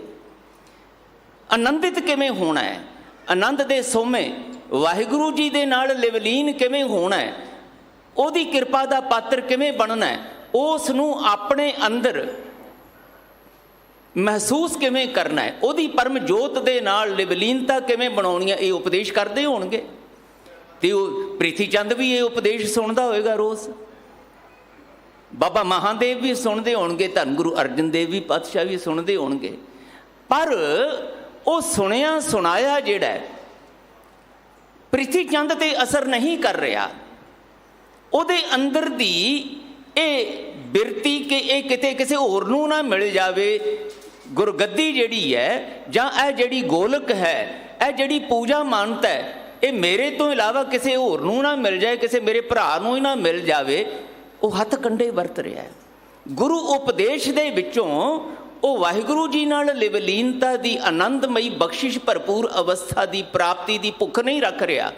उन्होंने दुनियावी भुखां जिहड़ियां ने, तृष्णालु बिरती दियां भुखां जिहड़ियां ने, वो उस नूं पछेमान करदियां रोज़। इस लालची बिरती के अधीन वो रोज़ जोड़ तोड़ करने का यतन कर रहा, हथ कंडे वरत रहा है, जायज़ नाजायज़ तरीके वरत रहा। बस महाराज कहते इनू समझो, इत्थे आके जो कुछ तुसीं कर रहे हो वो डर के अधीन कर रहे हो, लालच के अधीन कर रहे हो, सौदेबाजी विहार के रूप में कर रहे हो। ए मैं दिता तुहानू पातशाह, तुसी हुण इहनू दूना सवाया करके दिओ। जिवें मैं पहला भी बेनती की, मैं आप धार्मिक श्रेणी विचों हाँ, मैनू खिमा कर देण भाई साहब भी, असीं भी यही करते हैं। किसी ने कुछ दिता, किसी वास्ते अरदासां करनियां, बरकतां वास्ते अरदासां करनियां, ये होर गल है। बख्शिश दे वास्ते अरदास करनी ये होर गल है। पर जदों फिर असीं अरदासां नूं लैक्चर बना के कर, महाराज इहदे खजाने आ भरपूर करे, उहनूं आ भी दे दिओ, इहनूं आ भी दे दिओ, इहनूं आ भी दे दिओ, ज्यों फिर असीं अरदास नूं एक अडंबरी रूप दिंदे आ। महाराज कहते फिर उहदे विचों वाहिगुरू जी ते गवाच जाते हैं, गुरु दा प्यार ते गवाच जाता है, वो संसारक विहार सामने आ जाता है। जिस करके दुनियावी वस्तुआं ते भावें मिल जाण पर गुरु दा प्यार नहीं मिलता। वाहिगुरू जी नाल शुकराने भरी बिरती वाली सांझ नहीं पैंदी। अज दे इस बचन विच सानू गुरुदेव ये समझाउंदे है, जोगियां दा प्रमाण है, पौराणिक कथा का प्रमाण है, पर उपदेश सानू है कि गुरु दे घर विच आउण वालिओ, सिख सेवक कहण वालिओ, दुनिया विच ये वरतारा चलिया, पर मैं तुहानू कित्थे खड़ा करना चाहुंदा, मैं तुहाडे जीवन की मनो अवस्था किस तरह की बनाउणी चाहुंदा। मेरे कोल आए हो, खाली ना रह जाओ, जोत तुहाडे अंदर भी है, मेरे अंदर भी है, पर मैं प्रकाशित कर लिया उस जोत नूं। गुरसाखी जोत प्रगट होए दा महाराज कहंदे मैं अनुभव कर लिया, ते मैं चाहुंदा जदों मेरे कोल तुसीं चल के आए हो, ਤੁਸੀਂ ਸੱਖਣੇ ਨਾ ਰਹਿ ਜਾਇਓ। ਅਗਿਆਨਤਾ ਦੇ ਹਨੇਰੇ ਵਿੱਚ ਦੁਨਿਆਵੀ ਲਾਲਚੀ ਡਰ ਦੀਆਂ ਬਿਰਤੀਆਂ ਵਿੱਚ ਚਿੰਤਾਤੁਰ ਹੋ ਕੇ, ਦੁਖੀ ਹੋ ਕੇ, ਖੁਆਰ ਹੋ ਕੇ ਜੀਵਨ ਨਾ ਬਤੀਤ ਕਰਿਓ। ਦੁਨੀਆ ਦੀ ਭੀੜ ਵਿੱਚ ਦੁਨੀਆਦਾਰਾਂ ਵਾਂਗ ਜੀਵਨ ਬਤੀਤ ਕਰਦਾ ਆਪਣੇ ਸਮਾਂ ਜੀਵਨ ਦਾ, ਆਪਣੇ ਜੀਵਨ ਦੀ ਵਾਹਿਗੁਰੂ ਮਿਲਣੋਂ ਮਿਲੀ ਹੋਈ ਸ਼ਕਤੀ ਨੂੰ ਐਵੇਂ ਖੁਆਰੀ ਵਿੱਚ ਵਿਅਰਥ ਨਾ ਗਵਾ ਲਿਓ। ਆਨੰਦ ਮਾਣਨਾ ਸਿੱਖੋ ਮੇਰੇ ਕੋਲ ਆ ਕੇ। ਅਤੇ ਉਹ ਕਿਵੇਂ ਮਿਲ ਸਕਦਾ ਹੈ? ਸਾਹਿਬ ਜੀ ਇਸ ਪਾਵਨ ਬਾਣੀ ਦੇ ਬਚਨ ਵਿੱਚ ਸਾਨੂੰ ਬਖਸ਼ਿਸ਼ ਕਰਦੇ ਹੈ। ਇਸੇ ਕਰਕੇ ਇਸ ਬਾਣੀ ਦਾ ਨਾਮ ਜਪ ਹੈ ਕਿ ਜਿਹੜੀ ਗੱਲ ਮੈਂ ਤੁਹਾਨੂੰ ਉਪਦੇਸ਼ ਰੂਪ ਵਿੱਚ ਇਸ ਬਾਣੀ ਅੰਦਰ ਸਮਝਾ ਰਿਹਾ, ਇਸ ਨੂੰ ਬਾਰ-ਬਾਰ ਪਠਨ ਪਾਠਨ ਦੇ ਰੂਪ ਵਿੱਚ, ਵਿਚਾਰ ਦੇ ਰੂਪ ਵਿੱਚ, ਫਿਰ ਇਹਨੂੰ ਕਮਾਉਣ ਦੇ ਰੂਪ ਵਿੱਚ ਤਨ ਹੋ ਕੇ ਧਿਆਨ ਵਿੱਚ ਰੱਖਦੇ ਰਹੋ। ਇਹਨੂੰ ਜਪੀ ਜਾਓ। ਜਪੀ ਜਾਓ ਦਾ ਮਤਲਬ ਇਹ ਨਹੀਂ ਕਿ ਰਟੀ ਜਾਓ। ਪਾਠ ਕਰੋ, ਜਿੰਨਾ ਵੀ ਪਾਠ ਹੁੰਦਾ ਹੈ ਮੁਬਾਰਕ ਹੈ। ਗਿਣਤੀਆਂ ਮਿਣਤੀਆਂ ਵਿੱਚ ਪੈ ਕੇ ਨਹੀਂ ਕਿ ਇੰਨੇ ਜਪਜੀ ਦੇ ਪਾਠ ਕਰਾਂਗੇ ਅਤੇ ਫਿਰ ਇਹ ਮਿਲ ਜਾਏਗਾ, ਇੰਨੀ ਵਾਰੀ ਉੱਥੇ ਬੈਠ ਕੇ ਕਰਾਂਗੇ, ਇੰਨੇ ਦਿਨ ਕਰਾਂਗੇ ਅਤੇ ਫਿਰ ਇਹ ਮਿਲ ਜਾਏਗਾ। ਨਹੀਂ, ਇਸ ਜਪਜੀ ਦੀ ਹਰ ਇੱਕ ਤੁਕ ਨੂੰ ਇਹਦੇ ਵਿੱਚ ਬਖਸ਼ਿਸ਼ ਹੋਏ ਹੋਏ ਵਾਹਿਗੁਰੂ ਪਿਆਰ ਦੇ, ਵਾਹਿਗੁਰੂ ਨਾਲ ਲਿਵਲੀਨਤਾ ਦੇ ਉਹਨਾਂ ਭੇਦਾਂ ਨੂੰ ਸਮਝਣ ਦੇ ਲਈ ਇਸ ਨੂੰ ਬਾਰ-ਬਾਰ ਆਪਣੀ ਸੁਰਤੀ ਬਿਰਤੀ ਦੇ ਵਿੱਚ ਲਿਆਉਂਦੇ ਰਹੋ। ਪਤਾ ਨਹੀਂ ਇਹ ਜਪਜੀ ਪੜ੍ਹਦੇ ਹਾਂ ਇਸ ਬਾਣੀ ਦੀ ਕਿਹੜੀ ਤੁਕ ਨੇ ਸਾਡੀ ਸੁਰਤੀ ਬਿਰਤੀ 'ਤੇ ਅਣਿਆਲਾ ਤੀਰ ਬਣ ਕੇ ਵੱਜ ਜਾਣਾ ਹੈ ਅਤੇ ਸਾਡੇ ਅੰਦਰ ਦੀਆਂ ਉਹ ਦੁਨਿਆਵੀ ਤ੍ਰਿਸ਼ਨਾਲੂ ਬਿਰਤੀਆਂ ਨੇ, ਮੈਂ ਦੀ ਬਿਰਤੀ ਨੇ ਖਤਮ ਹੋ ਜਾਣਾ। ਲਾਗਤ ਹੀ ਭੋਏ ਗਿਰ ਭਰਿਆ ਕਰੇ ਜੇ ਛੇਕ ਦਾ ਸੱਚ ਪ੍ਰਗਟ ਹੋ ਜਾਣਾ। ਸਤਿਗੁਰੂ ਸੂਰਮੇ ਦੇ ਇਸ ਬਚਨ ਨਾਲ ਮਹਾਰਾਜ ਕਹਿੰਦੇ ਮੈਂ ਉਹ ਤੁਹਾਡੀ ਜੀਵਨ ਦੇ ਵਿੱਚ ਤਬਦੀਲੀ ਦੇਖਣੀ ਚਾਹੁੰਦਾ। ਫਰਮਾਨ ਕਰਦੇ ਸਾਹਿਬ, ਏਕਾ ਮਾਈ ਜੁਗਤ ਵਿਆਈ ਤਿੰਨ ਚੇਲੇ ਪ੍ਰਵਾਨ। ਇੱਕ ਪੌਰਾਣਿਕ ਕਥਾ ਹੈ, ਮਹਾਰਾਜ ਕਹਿੰਦੇ ਮੈਂ ਸੁਣੀ ਹੈ। ਇਸ ਭਾਰਤੀ ਸੱਭਿਆਚਾਰ ਦੇ ਵਿੱਚ ਦੇਵੀ ਦੇਵਤਿਆਂ ਦੀ ਪੂਜਾ ਮਾਨਤਾ ਦਾ ਵਿਸ਼ਵਾਸ ਰੱਖਣ ਵਾਲੇ ਉਸ ਢੰਗ ਨਾਲ ਆਪਣਾ ਧਾਰਮਿਕ ਜੀਵਨ ਬਤੀਤ ਕਰਨ ਵਾਲਿਆਂ ਨੇ ਕਥਾਵਾਂ ਪ੍ਰਚਲਿਤ ਕੀਤੀਆਂ। ਉਹਨਾਂ ਕਥਾਵਾਂ ਵਿੱਚੋਂ ਇੱਕ ਕਥਾ ਇਹ ਕਿ ਮਾਇਆਵੀ ਸ਼ਕਤੀ ਜਿਹੜੀ ਪੁਰਸ਼ ਅਤੇ ਪ੍ਰਕਿਰਤੀ ਦੋ ਰੂਪਾਂ ਦੇ ਵਿੱਚ ਇੱਥੇ ਧਰਮ ਦੇ ਨਾਮ 'ਤੇ ਸ਼ਕਤੀਆਂ ਨੂੰ ਦੇਖਿਆ ਗਿਆ। ਇੱਕ ਪੁਰਸ਼ ਪਰਮਾਤਮਾ, ਇੱਕ ਪ੍ਰਕਿਰਤੀ ਮਾਇਆ। ਇਹ ਮਾਇਆਵੀ ਸ਼ਕਤੀ ਮਹਾਰਾਜ ਕਹਿੰਦੇ ਮੈਂ ਸੁਣਿਆ ਪੌਰਾਣਿਕ ਕਥਾਵਾਂ ਦੇ ਰਾਹੀਂ ਕਿ ਉਹ ਪ੍ਰਸੂਤ ਹੋ ਗਈ। ਵਿਆਹੀ ਦਾ ਮਤਲਬ ਗਰਭ ਧਾਰਨ ਕਰ ਗਈ, ਉਹ ਗਰਭਵਤੀ ਹੋ ਗਈ ਮਾਇਆਵੀ ਸ਼ਕਤੀ। ਅਤੇ ਉਸ ਮਾਇਆਵੀ ਸ਼ਕਤੀ ਦੇ ਵਿੱਚੋਂ ਤਿੰਨ ਦੇਵਤੇ ਪੈਦਾ ਹੋਏ।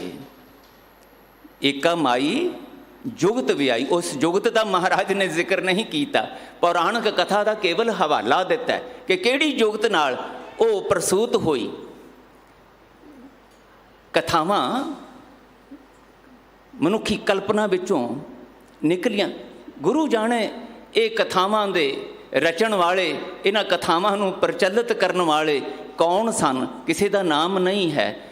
ਉਹਨਾਂ ਦੀ ਭਾਵਨਾ ਕੀ ਸੀ ਇਹਨਾਂ ਕਥਾਵਾਂ ਨੂੰ ਪ੍ਰਚਲਿਤ ਕਰਨ ਦੀ? ਪਰ ਉਹਨਾਂ ਕਥਾਵਾਂ ਦੇ ਆਧਾਰ 'ਤੇ ਪੁਜਾਰੀ ਸ਼੍ਰੇਣੀ ਨੇ, ਧਾਰਮਿਕ ਕਹਾਉਣ ਵਾਲਿਆਂ ਨੇ ਐਸੇ ਅਡੰਬਰ ਰਚਾਏ, ਵਾਹਿਗੁਰੂ ਨਾਲ ਜੋੜਨ ਦੀ ਬਜਾਏ ਵਾਹਿਗੁਰੂ ਨਾਲੋਂ ਤੋੜਨ ਵਾਲੇ ਪਾਸੇ ਇਸ ਸੰਸਾਰ ਨੂੰ, ਮਨੁੱਖੀ ਸਮਾਜ ਨੂੰ, ਭਾਰਤੀ ਸਮਾਜ ਨੂੰ ਤੋੜ ਦਿੱਤਾ ਅਤੇ ਵਹਿਮਾਂ ਭਰਮਾਂ ਭੁਲੇਖਿਆਂ ਵਿੱਚ ਫਸਾ ਕੇ ਹੋਰ ਪਾਸੇ ਲੈ ਗਏ, ਖੁਆਰੀ ਵਾਲੇ ਪਾਸੇ ਨਹੀਂ ਨਿਕਲਿਆ ਆਨੰਦਮਈ ਨਤੀਜਾ। ਮਹਾਰਾਜ ਕਹਿੰਦੇ ਕਥਾ ਇਹ ਕਹਿੰਦੀ ਹੈ, ਏਕਾ ਮਾਈ ਜੁਗਤ ਵਿਆਈ ਤਿੰਨ ਚੇਲੇ ਪ੍ਰਵਾਨ। ਤਿੰਨ ਚੇਲੇ ਪ੍ਰਵਾਨ ਚੜ੍ਹੇ, ਭਾਵ ਤਿੰਨ ਚੇਲੇ ਹੋਂਦ ਵਿੱਚ ਆਏ। ਇੱਕ ਸੰਸਾਰੀ, ਇੱਕ ਭੰਡਾਰੀ, ਇੱਕ ਲਾਏ ਦੀ ਬਾਣ। ਸੰਸਾਰੀ ਭਾਵ ਸੰਸਾਰ ਦੀ ਰਚਨਾ ਕਰਨ ਵਾਲਾ, ਜਿਸ ਨੂੰ ਬ੍ਰਹਮਾ ਆਖਦੇ। ਇੱਕ ਭੰਡਾਰੀ, ਭੰਡਾਰੇ ਚਲਾਉਣ ਵਾਲਾ, ਭਾਵ ਇਸ ਮਨੁੱਖੀ ਸਮਾਜ ਨੂੰ, ਮਨੁੱਖਾਂ ਨੂੰ, ਜੀਵ ਜੰਤੂਆਂ ਨੂੰ ਖੁਰਾਕ ਦੇਣ ਵਾਲਾ, ਭੰਡਾਰੇ ਦੇਣ ਵਾਲਾ, ਉਹਨਾਂ ਲਈ ਅੰਨ ਇਤਿਆਦ ਵਸਤੂਆਂ ਦੀ ਉਪਜ ਕਰਨ ਵਾਲਾ ਭੰਡਾਰੀ। ਇੱਕ ਲਾਏ ਦੀਵਾਨ, ਇੱਕ ਦੇਵਤਾ ਜਿਹੜਾ ਦੀਵਾਨ ਲਾਉਣਾ, ਭਾਵ ਜਿਹੜਾ ਸੰਸਾਰ ਦੇ ਜੀਵਾਂ ਨੂੰ ਮਿਲੀ ਹੋਈ ਉਮਰ ਦੇ ਅਨੁਸਾਰ ਉਹਨਾਂ ਦਾ ਲੇਖਾ ਜੋਖਾ ਕਰਕੇ ਉਹਨਾਂ ਦੇ ਜੀਵਨ ਨੂੰ ਮੁਕਾਉਂਦਾ, ਸੰਘਾਰ ਕਰਦਾ। ਮੌਤ ਦਾ ਦੇਵਤਾ, ਉਸ ਦਾ ਨਾਮ ਰੱਖਿਆ ਸ਼ਿਵ ਮਹਾਦੇਵ। ਰਚਣ ਵਾਲਾ ਬ੍ਰਹਮਾ ਤੇ ਭੰਡਾਰੇ ਵਰਤਾਉਣ ਵਾਲਾ ਵਿਸ਼ਨੂੰ। ਇਹ ਤਿੰਨ ਦੇਵਤਿਆਂ ਦੇ ਰੂਪ ਵਿੱਚ ਇਹ ਮਾਇਆਵੀ ਸ਼ਕਤੀ ਦੇ ਰਾਹੀਂ ਪੈਦਾ ਹੋਏ ਇਹ ਦੇਵਤੇ, ਇਹਨਾਂ ਨੂੰ ਹੀ ਸਰਬ ਸ੍ਰੇਸ਼ਟ ਮੰਨ ਕੇ, ਇਹਨਾਂ ਨੂੰ ਹੀ ਆਪਣੇ ਜੀਵਨ ਦੇ ਹਰ ਦੁੱਖ ਸੁੱਖ ਦਾ ਕਰਤਾ ਹਰਤਾ ਮੰਨ ਕੇ ਇਹਨਾਂ ਦੀ ਪੂਜਾ ਤੱਕ ਹੀ ਸੀਮਿਤ ਕਰ ਦਿੱਤਾ ਗਿਆ। ਹੁਣ ਮੈਂ ਆਪ ਜੀ ਨੂੰ ਬੇਨਤੀ ਕਰ ਰਿਹਾ ਸੀ, ਮਨੁੱਖ ਦੇ ਅੰਦਰ ਬਿਰਤੀ ਪਈ ਹੈ ਡਰ ਤੇ ਲਾਲਚ ਦੀ। ਦੇਖੋ ਵਪਾਰਕ ਧੰਦੇ ਜਦੋਂ ਚੱਲਦੇ ਨੇ ਤੇ ਕੀ ਹੋ ਜਾਂਦਾ ਹੈ। ਮੈਂ ਹਰ ਇੱਕ ਧਾਰਮਿਕ ਵਿਸ਼ਵਾਸ ਦਾ ਮੇਰੇ ਸਤਿਗੁਰੂ ਨੇ ਸਤਿਕਾਰ ਕਰਨਾ ਸਿਖਾਇਆ ਹੈ। ਕਿਸੇ ਦੇ ਪ੍ਰਤੀ ਵੀ ਤਿਰਸਕਾਰ ਦੀ ਭਾਵਨਾ ਸਿੱਖ ਦੇ ਅੰਦਰ ਨਹੀਂ ਆਉਣੀ ਚਾਹੀਦੀ। ਪਰ ਗੁਰੂ ਸਾਹਿਬ ਸਾਨੂੰ ਸਿੱਖ ਕਹਾਉਣ ਵਾਲਿਆਂ ਨੂੰ ਜਦੋਂ ਉਪਦੇਸ਼ ਕਰਦੇ ਨੇ ਜਾਂ ਪੂਰੇ ਮਨੁੱਖੀ ਸਮਾਜ ਨੂੰ ਉਪਦੇਸ਼ ਕਰਦੇ ਨੇ, ਮਹਾਰਾਜ ਦੇ ਅੰਦਰ ਇੱਕ ਪਰਉਪਕਾਰੀ ਬਿਰਤੀ ਪਈ ਹੈ। ਉਹ ਸਾਡੇ ਮਨੁੱਖ ਕਹਾਉਣ ਵਾਲਿਆਂ ਦੇ ਜੀਵਨ ਦਾ ਸਮਾਂ ਸਾਨੂੰ ਵਾਹਿਗੁਰੂ ਜੀ ਵੱਲੋਂ ਮਿਲੀਆਂ ਹੋਈਆਂ ਦੇਖਣ, ਸੁਣਨ, ਬੋਲਣ ਦੀਆਂ, ਵਿਚਾਰਨ ਦੀਆਂ ਸ਼ਕਤੀਆਂ ਨੂੰ ਅਜਾਈਂ ਵਿਅਰਥ ਜਾਂਦਾ ਨਹੀਂ ਦੇਖਣਾ ਚਾਹੁੰਦੇ। ਮਹਾਰਾਜ ਕਹਿੰਦੇ ਇਹੀ ਤੇਰਾ ਅਵਸਰ, ਇਹੀ ਤੇਰੀ ਵਾਰ, ਘਟ ਭੀਤਰ ਤੂੰ ਦੇਖ ਵਿਚਾਰ। ਕਹੋ ਕਬੀਰ ਜੀਤ ਕਹਿ ਹਾਰ, ਬਹੁਵਿਧ ਕਹਿਓ ਪੁਕਾਰ ਪੁਕਾਰ। ਮੈਂ ਨਹੀਂ ਚਾਹੁੰਦਾ ਕਿ ਤੂੰ ਜ਼ਿੰਦਗੀ ਦੀ ਬਾਜ਼ੀ ਹਾਰ ਕੇ ਜਾਵੇਂ, ਜਿੱਤ ਕੇ ਜਾ। ਜਿਸ ਨਾਲੋਂ ਵਿਛੜਿਆ ਉਹਨੂੰ ਮਿਲ ਲੈ, ਗੋਬਿੰਦ ਮਿਲਣ ਕੀ ਇਹ ਤੇਰੀ ਬਰੀਆ। ਮੈਂ ਨਹੀਂ ਚਾਹੁੰਦਾ ਵਿਛੜਿਆ ਆਇਆ ਤੇ ਵਿਛੜਿਆ ਹੀ ਚਲੇ ਜਾਵੇਂ। ਉਦਾਸ ਮੈਂ ਦੇ ਵਿੱਚ ਚਿੰਤਾਤੁਰ ਹੋਇਆ ਆਇਆ ਤੇ ਪਛਤਾਵੇ ਵਿੱਚ ਚਿੰਤਾਤੁਰ, ਡਰ ਭੈ ਵਿੱਚ ਹੀ ਇਸ ਸੰਸਾਰ ਤੋਂ ਤੂੰ ਚਲੇ ਜਾਵੇਂ। ਨਹੀਂ, ਆਇਆ ਮੈਂ ਦੇ ਨਾਲ, ਜਿਨ ਰਚ ਰਚਿਆ ਪੁਰਖ ਵਿਦਾਤੇ, ਨਾਲੇ ਹਉਮੈ ਪਾਈ। ਮੈਂ ਦੇ ਵਿੱਚ ਆਇਆ ਪਰ ਜਾਣ ਲੱਗਿਆ ਇਹ ਤੇਰੀ ਮੈਂ ਜਿਹੜੀ ਹੈ, ਮੈਂ ਨਾਹੀਂ ਪ੍ਰਭ ਸਭ ਕੁਛ ਤੇਰਾ। ਈਗੈ ਨਿਰਗੁਣ ਊਗੈ ਸਰਗੁਣ, ਕੇਲ ਕਰਤ ਵਿੱਚ ਸੁਆਮੀ ਮੇਰਾ। ਤੂੰ ਤੱਕ ਪਹੁੰਚ ਕੇ ਤੂੰ ਹੀ ਦੇ ਨਾਲ ਆਪਣੇ ਆਪ ਨੂੰ ਲਿਵਲੀਨ ਕਰ ਲਵੇਂ। ਇਹ ਤੇਰੇ ਜੀਵਨ ਦਾ ਮਕਸਦ ਪੂਰਾ ਹੁੰਦਾ ਮੈਂ ਦੇਖਣਾ ਚਾਹੁੰਦਾ।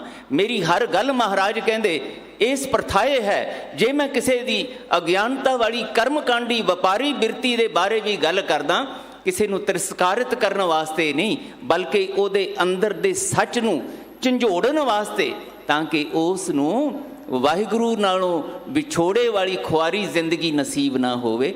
ਇਹ ਪਰਉਪਕਾਰੀ ਬਿਰਤੀ ਹੈ ਸਤਿਗੁਰੂ ਜੀ ਦੀ। ਇਸ ਕਰਕੇ ਇੱਥੇ ਜਦੋਂ ਜ਼ਿਕਰ ਕਰਦੇ ਨੇ ਕਿ ਬੰਦੇ ਕਿੱਥੇ ਪਹੁੰਚ ਗਏ, ਅੱਜ ਵੀ ਅਸੀਂ ਉੱਥੇ ਹੀ ਖੜ੍ਹੇ ਹਾਂ, ਅਸੀਂ ਵੀ ਉੱਥੇ ਹੀ ਖੜ੍ਹੇ ਹਾਂ, ਭਾਵੇਂ ਸਾਡਾ ਰੂਪ ਵੱਖਰਾ ਹੈ। ਮੈਂ ਬੇਨਤੀ ਕਰ ਰਿਹਾ ਸੀ ਕਿ ਡਰ ਤੇ ਲਾਲਚ ਦੇ ਰੂਪ ਵਿੱਚ, ਜਿੱਥੇ ਡਰ ਲਾਲਚ ਨਾ ਹੋਵੇ ਉੱਥੇ ਬਿਰਤੀਆਂ ਬਦਲ ਜਾਂਦੀਆਂ ਨੇ, ਗਰਜ਼ਾਂ ਦਾ ਰੂਪ ਬਦਲ ਜਾਂਦਾ ਹੈ। ਬ੍ਰਹਮਾ ਨੇ ਸੰਸਾਰ ਨੂੰ ਪੈਦਾ ਕੀਤਾ, ਹੁਣ ਪੈਦਾ ਹੋ ਗਏ, ਗਰਜ਼ ਪੂਰੀ ਹੋ ਗਈ, ਆ ਗਏ। ਹੁਣ ਬ੍ਰਹਮਾ ਨਾਲ ਗਰਜ਼ ਹੀ ਕੋਈ ਨਹੀਂ ਸਾਡੀ। ਬ੍ਰਹਮਾ ਦਾ ਕੰਮ ਜਿਹੜਾ ਸੀ ਉਹ ਪੂਰਾ ਹੋ ਗਿਆ। ਹੁਣ ਤੁਸੀਂ ਦੇਖੋ ਕਿ ਬ੍ਰਹਮਾ ਦਾ ਇੱਕੋ ਹੀ ਮੰਦਰ ਹੈ। ਪੁਸ਼ਕਰ ਦੇ ਵਿੱਚ, ਪੂਰੇ ਸੰਸਾਰ ਵਿੱਚ ਬ੍ਰਹਮਣ ਦਾ ਇੱਕੋ ਹੀ ਮੰਦਰ ਹੈ, ਬ੍ਰਹਮਾ ਦੇਵਤੇ ਦਾ। ਇੱਕ ਅੱਧਾ ਕਿਸੇ ਹੋਰ ਨੇ ਬਣਾਇਆ ਹੋਵੇ ਛੋਟਾ ਮੋਟਾ ਸਧਾਰਨ, ਤੇ ਉਹ ਵੱਖਰੀ ਗੱਲ ਹੈ। ਲੇਕਿਨ ਇਤਿਹਾਸਕ ਰੂਪ ਦੇ ਵਿੱਚ ਬ੍ਰਹਮਾ ਦਾ ਇੱਕੋ ਹੀ ਮੰਦਰ ਹੈ ਪੁਸ਼ਕਰ ਦੇ ਵਿੱਚ, ਕਿਉਂਕਿ ਉਹਦੇ ਵਿਚਾਰੇ ਦੀ ਗੱਲ ਹੀ ਹੋਰ ਕੋਈ ਨਹੀਂ, ਉਹਦੀ ਲੋੜ ਹੀ ਨਹੀਂ। ਪੈਦਾ ਹੋ ਗਏ ਅਸੀਂ, ਹੋ ਗਏ, ਹੁਣ ਬ੍ਰਹਮੇ ਕੋਲੋਂ ਕੀ ਲੈਣਾ ਅਸੀਂ। ਇਹ ਜਿਹੜੀ ਬਿਰਤੀ ਖੁਦਗਰਜ਼ੀ ਵਾਲੀ, ਇਹ ਬੰਦੇ ਦੀ ਇਸ ਤਰੀਕੇ ਨਾਲ ਪ੍ਰਮਾਣਿਤ ਹੁੰਦੀ। ਤੇ ਦੂਸਰਾ ਫਿਰ ਵਿਸ਼ਨੂੰ ਹੈ ਭੰਡਾਰੀ, ਉਹਦੇ ਕੋਲੋਂ ਜੀਵਨ ਪਰਯੰਤ ਸਾਡੀਆਂ ਗਰਜ਼ਾਂ ਨੇ। ਸਾਨੂੰ ਇਹ ਵੀ ਮਿਲ ਜਾਏ, ਇਹ ਵੀ ਮਿਲ ਜਾਏ, ਇਹ ਸੁੱਖ ਸਾਧਨ ਮਿਲ ਜਾਣ, ਇੱਥੋਂ ਹੋਰ ਮਿਲ ਜਾਣ, ਖਜ਼ਾਨੇ ਭਰਪੂਰ ਰਹਿਣ ਸਾਡੇ, ਭੰਡਾਰੇ ਭਰੇ ਰਹਿਣ ਸਾਡੇ। ਇਸ ਕਰਕੇ ਵਿਸ਼ਨੂੰ ਨਾਲ ਗਰਜ਼ ਹੈ। ਇਸ ਕਰਕੇ ਵਿਸ਼ਨੂੰ ਦੇ ਬਹੁਤ ਸਾਰੇ ਮੰਦਰ ਬਣ ਗਏ। ਵਿਸ਼ਨੂੰ ਦੇ 10 ਅਵਤਾਰ ਮੰਨ ਲਏ ਗਏ। ਉਹਨਾਂ 10 ਅਵਤਾਰਾਂ ਦੀ ਫਿਰ ਵੱਖਰੇ ਵੱਖਰੇ ਢੰਗ ਨਾਲ ਪੂਜਾ ਸ਼ੁਰੂ ਹੋ ਗਈ। ਤੇ ਤੀਸਰਾ ਸ਼ਿਵ ਜੀ ਮਹਾਰਾਜ, ਉਹਦੇ ਸਭ ਤੋਂ ਜ਼ਿਆਦਾ ਮੰਦਰ ਨੇ। क्योंकि वो सब तो ज़्यादा डराउंदे है सानू, मौत का देवता है। इस करके सब तो ज़्यादा पूजा मानता शिव जी की। ਉਹਦੇ ਨਾਲ ਜਿਹੜੀਆਂ ਕਥਾ ਕਹਾਣੀਆਂ ਜੋੜੀਆਂ ਉਹ ਬਹੁਤ ਹੈਰਾਨ ਕੁਨ ਨੇ। ਮਹਾਰਾਜ ਕਹਿੰਦੇ ਗੁਰੂ ਦਰ 'ਤੇ ਆਉਣ ਵਾਲਿਓ, ਮੈਂ ਤੁਹਾਨੂੰ ਇਸ ਬਿਸਮਾਦੀ ਸੱਚ ਤੋਂ ਜਾਣੂ ਕਰਾਉਣਾ ਚਾਹੁੰਦਾ ਕਿ ਇਹ ਜਿਹੜੇ ਤਿੰਨੋਂ ਦੇਵਤੇ ਵੱਖਰਿਆਂ ਵੱਖਰਿਆਂ ਰੂਪਾਂ ਦੇ ਵਿੱਚ ਆਪਣੀਆਂ ਗਰਜ਼ਾਂ ਨਾਲ ਜੋੜ ਕੇ ਤੁਸੀਂ ਪੂਜਣੇ ਸ਼ੁਰੂ ਕੀਤੇ ਹੈ ਨਾ, ਇਹਦੀ ਬਜਾਏ ਜੇ ਤੁਸੀਂ ਕਰਤਾ ਪੁਰਖ ਵਾਹਿਗੁਰੂ ਇੱਕੋ ਹੀ ਦੇਵਤਾ, ਇੱਕੋ ਹੀ ਦੇਵ, ਦੇਵਾਨ ਦੇਵ ਉਪਮਾ ਮਹਾਨ, ਉਹ ਜਿਹੜਾ ਦੇਵਾਂ ਦਾ ਵੀ ਦੇਵ ਕਰਤਾ ਪੁਰਖ ਵਾਹਿਗੁਰੂ ਹੈ, ਅਤੇ ਜਿਹੜਾ ਇੱਕੋ ਇੱਕ ਓਅੰਕਾਰ ਦੀ ਮੈਂ ਬੇਨਤੀ ਕੀਤੀ ਸੀ ਕਿ ਚਰਚਾ ਪਹਿਲਾਂ ਸੀ, ਪਰ ਉਹਨੂੰ ਜਦੋਂ ਇਹ ਵੱਖਰੀਆਂ ਵੱਖਰੀਆਂ ਦੈਵੀ ਸ਼ਕਤੀਆਂ ਦੇ ਰੂਪ ਵਿੱਚ ਵੰਡ ਦਿੱਤਾ ਗਿਆ ਤਾਂ ਗੁਰੂ ਸਾਹਿਬ ਨੇ ਓਅੰਕਾਰ ਦੇ ਪਹਿਲਾਂ ਏਕਾ ਲਾ ਕੇ ਸਾਨੂੰ ਸਮਝਾਇਆ, ਓਅੰਕਾਰ ਦੀਆਂ ਵੰਡੀਆਂ ਨਾ ਪਾਓ, ਓਅੰਕਾਰ 'ਤੇ ਇੱਕੋ ਹੀ ਸ਼ਕਤੀ ਜਿਹੜੀ ਸਰਬ ਵਿਆਪਕ, ਸਰਬ ਸ਼ਕਤੀਮਾਨ, ਸਰਬ ਸਮਰੱਥ ਹੈ, ਉਹ ਹੀ ਕਰਤਾ ਹੈ, ਉਹ ਹੀ ਭੰਡਾਰੀ ਹੈ, ਉਹ ਹੀ ਜੀਵਨ ਦਾਤਾ ਹੈ, ਉਹ ਹੀ ਦੁਨੀਆ ਦੀਆਂ ਸਾਰੀਆਂ ਦਾਤਾਂ ਦੇਣ ਦਾ ਦੇਵਨਹਾਰ ਹੈ, ਅਤੇ ਹਰਤਾ ਵੀ ਉਹੀ ਹੈ, ਜੀਵਨ ਦੇਣ ਵਾਲਾ ਵੀ ਅਤੇ ਜੀਵਨ ਲੈਣ ਵਾਲਾ ਵੀ। ਇੱਥੋਂ ਤੱਕ ਕਿ ਤੁਸੀਂ ਜਿਹੜੇ ਮਨੁੱਖ ਕਹਾਉਣ ਵਾਲੇ ਹੋ, ਇਹ ਜਿਹੜੇ ਜੀਵ ਜੰਤੂ ਨੇ, ਇਹ ਜਿਹੜਾ ਇਸ ਸੰਸਾਰ ਦਾ ਦਿਸਦਾ ਅਣਦਿਸਦਾ ਪਸਾਰ ਹੈ, ਅਸਲ ਵਿੱਚ ਇਹ ਉਹ ਆਪ ਹੀ ਹੈ। ਸਰਬ ਜੋਤ ਤੇਰੀ ਪਸਰ ਰਹੀ, ਤੂੰ ਕੇਵਲ ਕਰਤਾ ਹੀ ਨਹੀਂ ਹੈ, ਇਹ ਕਰਤੇ ਤੋਂ ਬਾਅਦ ਜਿਹੜਾ ਤੂੰ ਇਹ ਕਰਤਾ ਆਪਣੀ ਰਚਨਾ ਕਿਰਤ ਜਿਹੜੀ ਆਪਣੀ ਬਣਾਈ, ਇਸ ਤੋਂ ਤੂੰ ਵੱਖਰਾ ਨਹੀਂ। ਦੇਵੀ ਦੇਵਤੇ ਤੇ ਵੱਖਰੇ ਨੇ, ਪਰ ਕਰਤਾ ਪੁਰਖ ਵਾਹਿਗੁਰੂ ਜੀ ਦੂਈ ਕੁਦਰਤ ਸਾਜੀ ਹੈ, ਕਰ ਆਸਣ ਡਿੱਠੋ ਚਾਓ। ਤੁਸੀਂ ਇਹਦੇ ਵਿੱਚ ਆਸਣ ਬਣਾ ਕੇ, ਇਹਨੂੰ ਹੀ ਆਪਣਾ ਹਰਿ ਮੰਦਰ ਬਣਾ ਕੇ, ਇਹਨੂੰ ਹੀ ਆਪਣਾ ਨਿਵਾਸ ਸਥਾਨ ਬਣਾ ਕੇ ਇਹਦੇ ਵਿੱਚ, ਇਸ ਕਰਕੇ ਮਹਾਰਾਜ ਕਹਿੰਦੇ ਤੁਸੀਂ ਸਾਰੇ ਹੀ ਰੱਬ ਰੂਪ ਹੋ। ਸਭ ਮੈਂ ਵਸੈ ਪ੍ਰਭ ਏਕੋ ਸੋਏ, ਤੁਹਾਡੇ ਸਾਰਿਆਂ ਦੇ ਅੰਦਰ ਵਾਹਿਗੁਰੂ ਜੀ ਨੇ, ਤੁਸੀਂ ਉਸ ਵਾਹਿਗੁਰੂ ਦੀ ਹੀ ਅੰਸ਼ ਹੋ। ਸਿਰਫ ਤੁਹਾਨੂੰ ਆਪਣੇ ਵਾਹਿਗੁਰੂ ਰੂਪ ਹੋਣ ਦਾ ਅਹਿਸਾਸ ਨਹੀਂ, ਅਤੇ ਮੈਂ ਤੁਹਾਨੂੰ ਉਹ ਅਹਿਸਾਸ, ਉਹ ਸੋਝੀ, ਉਹ ਗਿਆਨ ਕਰਾਉਣਾ ਚਾਹੁੰਦਾ। ਨਾ ਰੁਲਦੇ ਫਿਰਦੇ ਜੀਵਨ ਜੀਓ, ਨਾ ਖੁਆਰ ਹੋ ਕੇ ਭਟਕਦੇ ਫਿਰਦੇ ਡਰ ਸਹਿਮ ਵਿੱਚ ਜੀਵਨ ਜੀਓ। ਤੁਸੀਂ ਜੋਤ ਰੂਪ ਹੋ, ਸੱਚ ਦਾ ਆਨੰਦ ਵਾਹਿਗੁਰੂ ਜੀ ਦਾ ਰੂਪ ਹੋ। ਉਸ ਆਨੰਦ ਦੇ ਸੋਮੇ ਨਾਲ ਜੁੜ ਕੇ ਤੇ ਦੇਖੋ, ਉਹਨੂੰ ਨਮਸਕਾਰ ਕਰਕੇ ਦੇਖੋ, ਉਹਨੂੰ ਕਿਤੇ ਆਪਣੇ ਹਿਰਦੇ ਦੇ ਵਿੱਚ ਵਸਾ ਕੇ, ਉਹਨੂੰ ਮਹਿਸੂਸ ਕਰਕੇ ਉਹਦੇ ਨਾਲ ਗੱਲਾਂ ਤੇ ਕਰੋ, ਉਹਦੇ ਨਾਲ ਸੰਵਾਦ ਤੇ ਰਚਾਓ, ਉਹਨੂੰ ਕਦੀ ਪੁਕਾਰੋ ਤੇ ਸਹੀ, ਮਿਲ ਮੇਰੇ ਪ੍ਰੀਤਮਾ ਜੀਓ, ਤੁਧ ਬਿਨ ਖਰੀ ਨਿਮਾਣੀ। ਦੇਖੋ ਕਿੱਦਾਂ ਮਿਲਣ ਵਾਸਤੇ ਆਉਂਦੇ ਆ। ਸੇਵਕ ਕਹੋ ਨਿਕਟੀ ਹੋਏ ਦਿਖਾਵੇ। ਗੁਰੂ ਅਰਜਨ ਪਾਤਸ਼ਾਹ ਕਿਉਂ ਸ਼ਾਂਤ ਨੇ? ਗੁਰੂ ਅਰਜਨ ਪਾਤਸ਼ਾਹ ਕਿਉਂ ਤਤੀ ਤਵੀ 'ਤੇ ਬੈਠ ਕੇ ਵੀ ਆਨੰਦਿਤ ਨੇ? ਕਿਉਂਕਿ ਉਹਨਾਂ ਨੇ ਆਨੰਦ ਦੇ ਸੋਮੇ ਵਾਹਿਗੁਰੂ ਜੀ ਨਾਲ ਆਪਣੇ ਆਪ ਨੂੰ ਲਿਵਲੀਨ ਕਰ ਲਿਆ। ਭਨ ਮਥੁਰਾ ਕਛ ਭੇਦ ਨਹੀਂ, ਗੁਰੂ ਅਰਜਨ ਪ੍ਰਤੱਖ ਹਰ। ਪਰ ਉਹਦੇ ਮੁਕਾਬਲੇ ਦੇ ਵਿੱਚ ਪ੍ਰਿਥੀ ਚੰਦ, ਉਹ ਟੁੱਟਿਆ ਹੋਇਆ ਸਾਕਤ। ਅਤੇ ਮਹਾਰਾਜ ਕਹਿੰਦੇ ਸਾਕਤਾਂ ਦੇ ਕੋਲ ਤਾਂ ਅੰਮ੍ਰਿਤ ਕੌਰਾ ਵਿਖਿਆ ਮਿੱਠੀ, ਸਾਕਤ ਕੀ ਬਿਦ ਨੈਣੋ ਡੀਠੀ। ਉਹਨੂੰ ਤਾਂ ਜ਼ਹਿਰ ਹੀ ਚੰਗਾ ਲੱਗਦਾ ਹੈ। ਦੁਨਿਆਵੀ ਬਿਰਤੀਆਂ ਨੂੰ ਹੀ ਉਹ ਆਪਣੇ ਅੰਦਰ ਜਿਉਂਦਾ, ਇਹ ਦੈਵੀ ਬਿਰਤੀਆਂ ਉਹਦੇ ਅੰਦਰ ਪ੍ਰਵੇਸ਼ ਨਹੀਂ ਕਰਦੀਆਂ। ਇਸੇ ਕਰਕੇ ਪ੍ਰਿਥੀ ਚੰਦ ਦੁਖੀ ਹੈ, ਇਸੇ ਕਰਕੇ ਪ੍ਰਿਥੀ ਚੰਦ ਬੇਚੈਨ ਅਸ਼ਾਂਤ ਹੈ। ਉਸ ਨੂੰ ਇੱਕੋ ਹੀ ਭੁੱਖ ਦਿਨੇ ਰਾਤ ਤੰਗ ਕਰਦੀ ਹੈ। ਇਹ ਮੈਂ ਦੇ ਨਾਲ ਇਹ ਸਾਰਾ ਕੁਛ ਕਿਵੇਂ ਜੁੜ ਜਾਵੇ, ਮੇਰਾ ਕਿਵੇਂ ਹੋ ਜਾਏ, ਇਹਦੇ ਲਈ ਜੇ ਸਕੇ ਭਰਾ ਨੂੰ ਵੀ ਮਾਰਨਾ ਪਵੇ ਜਾਇਜ਼ ਹੈ। ਇਹੀ ਬਿਰਤੀਆਂ ਅੱਜ ਪ੍ਰਵੇਲ ਕਰ ਰਹੀਆਂ। ਦਾਤਾਰ ਪਾਤਸ਼ਾਹ ਇਹ ਬਚਨ ਕਰਦੇ, ਇੱਕ ਸੰਸਾਰੀ, ਇੱਕ ਭੰਡਾਰੀ, ਇੱਕ ਲਾਏ ਦੀ ਬਾਣ। ਤੁਸੀਂ ਇੱਦਾਂ ਮੰਨਦੇ ਹੋ, ਪਰ ਮਹਾਰਾਜ ਕਹਿੰਦੇ ਜਿਵ ਤਿਸ ਭਾਵੈ ਤਿਵੇਂ ਚਲਾਵੈ, ਜਿਵ ਹੋਵੈ ਫੁਰਮਾਨ। ਅਸਲ ਵਿੱਚ ਸੱਚ ਇਹ ਹੈ ਜੋ ਮੈਂ ਅਨੁਭਵ ਕੀਤਾ, ਗੁਰੂਦੇਵ ਕਹਿੰਦੇ ਉਹ ਜਿਵ ਤਿਸ ਭਾਵੈ, ਜਿਵੇਂ ਵਾਹਿਗੁਰੂ ਜੀ ਨੂੰ ਚੰਗਾ ਲੱਗਦਾ।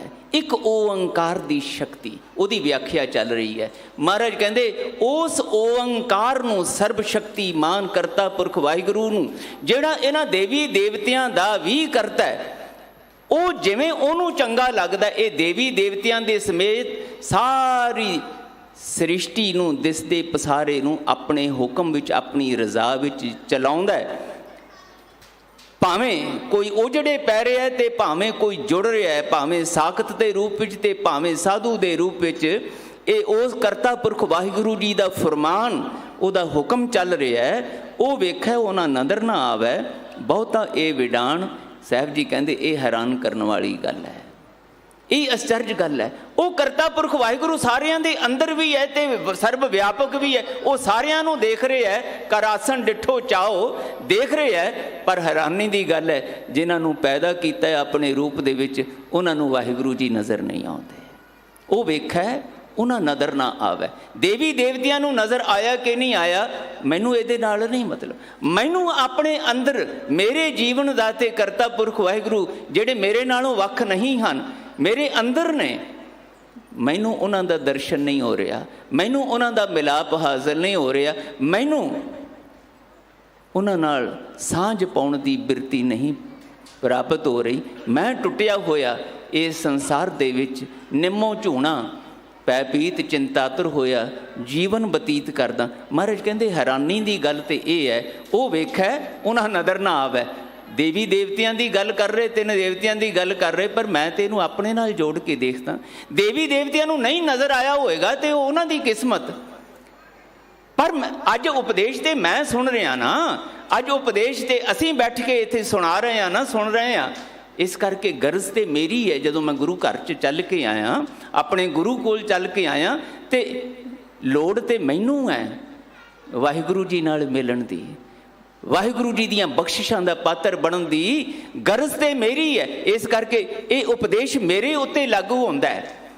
ਮੈਨੂੰ ਕਿਉਂ ਨਹੀਂ ਨਜ਼ਰ ਆਉਂਦਾ, ਮੈਨੂੰ ਕਿਉਂ ਨਹੀਂ ਦਰਸ਼ਨ ਹੁੰਦੇ? ਵਾਹਿਗੁਰੂ ਜੀ ਦੇ ਦਰਸ਼ਨ ਸਤਿਗੁਰੂ ਨੂੰ ਤੇ ਹੋ ਗਏ, ਸਤਿਗੁਰੂ ਜੀ ਨਾਲ ਤੇ ਮਿਲਾਪ ਹੋ ਗਿਆ ਵਾਹਿਗੁਰੂ ਜੀ ਦਾ। ਔਰ ਗੁਰਦੇਵ ਬਚਨ ਕਰਦੇ ਆ ਬਾਣੀ ਵਿੱਚ, ਮੈਨੂੰ ਮਿਲਣਾ ਆ ਗਿਆ। ਔਰ ਐਸਾ ਮਿਲਣਾ ਆਇਆ ਕਿ ਹੁਣ ਮੈਨੂੰ ਵਾਹਿਗੁਰੂ ਜੀ ਨਾਲੋਂ ਕੋਈ ਵਿਛੋੜ ਹੀ ਨਹੀਂ ਸਕਦਾ। ਸਾਹਿਬ ਦਾ ਬਚਨ, ਬ੍ਰਹਮ ਹੈ ਬ੍ਰਹਮ ਮਿਲਿਆ, ਕੋਈ ਨਾ ਸਕੈ ਭਿੰਨ ਕਰ ਬਲਰਾਮ ਜੀਓ।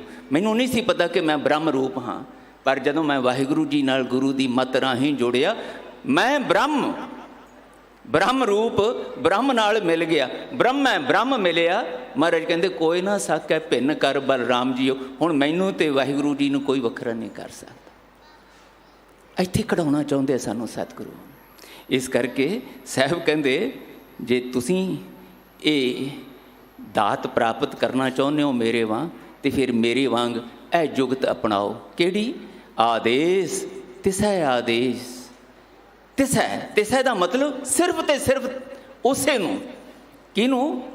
ਜਿਹੜਾ ਉਹ ਵੇਖੈ ਉਹਨਾਂ ਨਜ਼ਰ ਨਾਲ। ਜਿਵ ਤਿਸ ਭਾਵੈ, ਜਿਸ ਨੂੰ ਜੋ ਚੰਗਾ ਲੱਗਦਾ ਉਹਦੇ ਹੁਕਮ ਵਿੱਚ ਉਹ ਹੀ ਹੁੰਦਾ ਹੈ। ਜਿਵ ਹੋਵੇ ਫਰਮਾਨ, ਜਿਵੇਂ ਉਸ ਦਾ ਹੁਕਮ ਹੈ। ਤਾਂ ਮਹਾਰਾਜ ਕਹਿੰਦੇ ਫਿਰ ਜੇ ਤੁਸੀਂ ਆਨੰਦ ਲੈਣਾ ਹੈ ਨਾ, ਜੇ ਉਸ ਦੇ ਨਾਲ ਮਿਲਾਪ ਹਾਸਲ ਕਰਨਾ ਹੈ, ਨਿੰਮੋ ਝੂਣੀ ਚਿੰਤਾਤੁਰ, ਦੁਖੀ ਪਛਤਾਵੇ ਵਾਲੀ, ਭਟਕਣਾ ਬੇਚੈਨੀ ਵਾਲੀ ਜ਼ਿੰਦਗੀ ਦੀ ਅਵਸਥਾ ਤੋਂ ਬਚ ਕੇ ਸਦੀਵੀ ਬੇਪਰਵਾਹੀ ਵਾਲੀ, ਮਸਤੀ ਵਾਲੀ ਅਵਸਥਾ ਵਿੱਚ ਜਿਉਣਾ, ਤਾਂ ਉਸੇ ਨੂੰ ਨਮਸਕਾਰ ਕਰਨੀ ਸਿੱਖੋ। ਕਿਹਨੂੰ?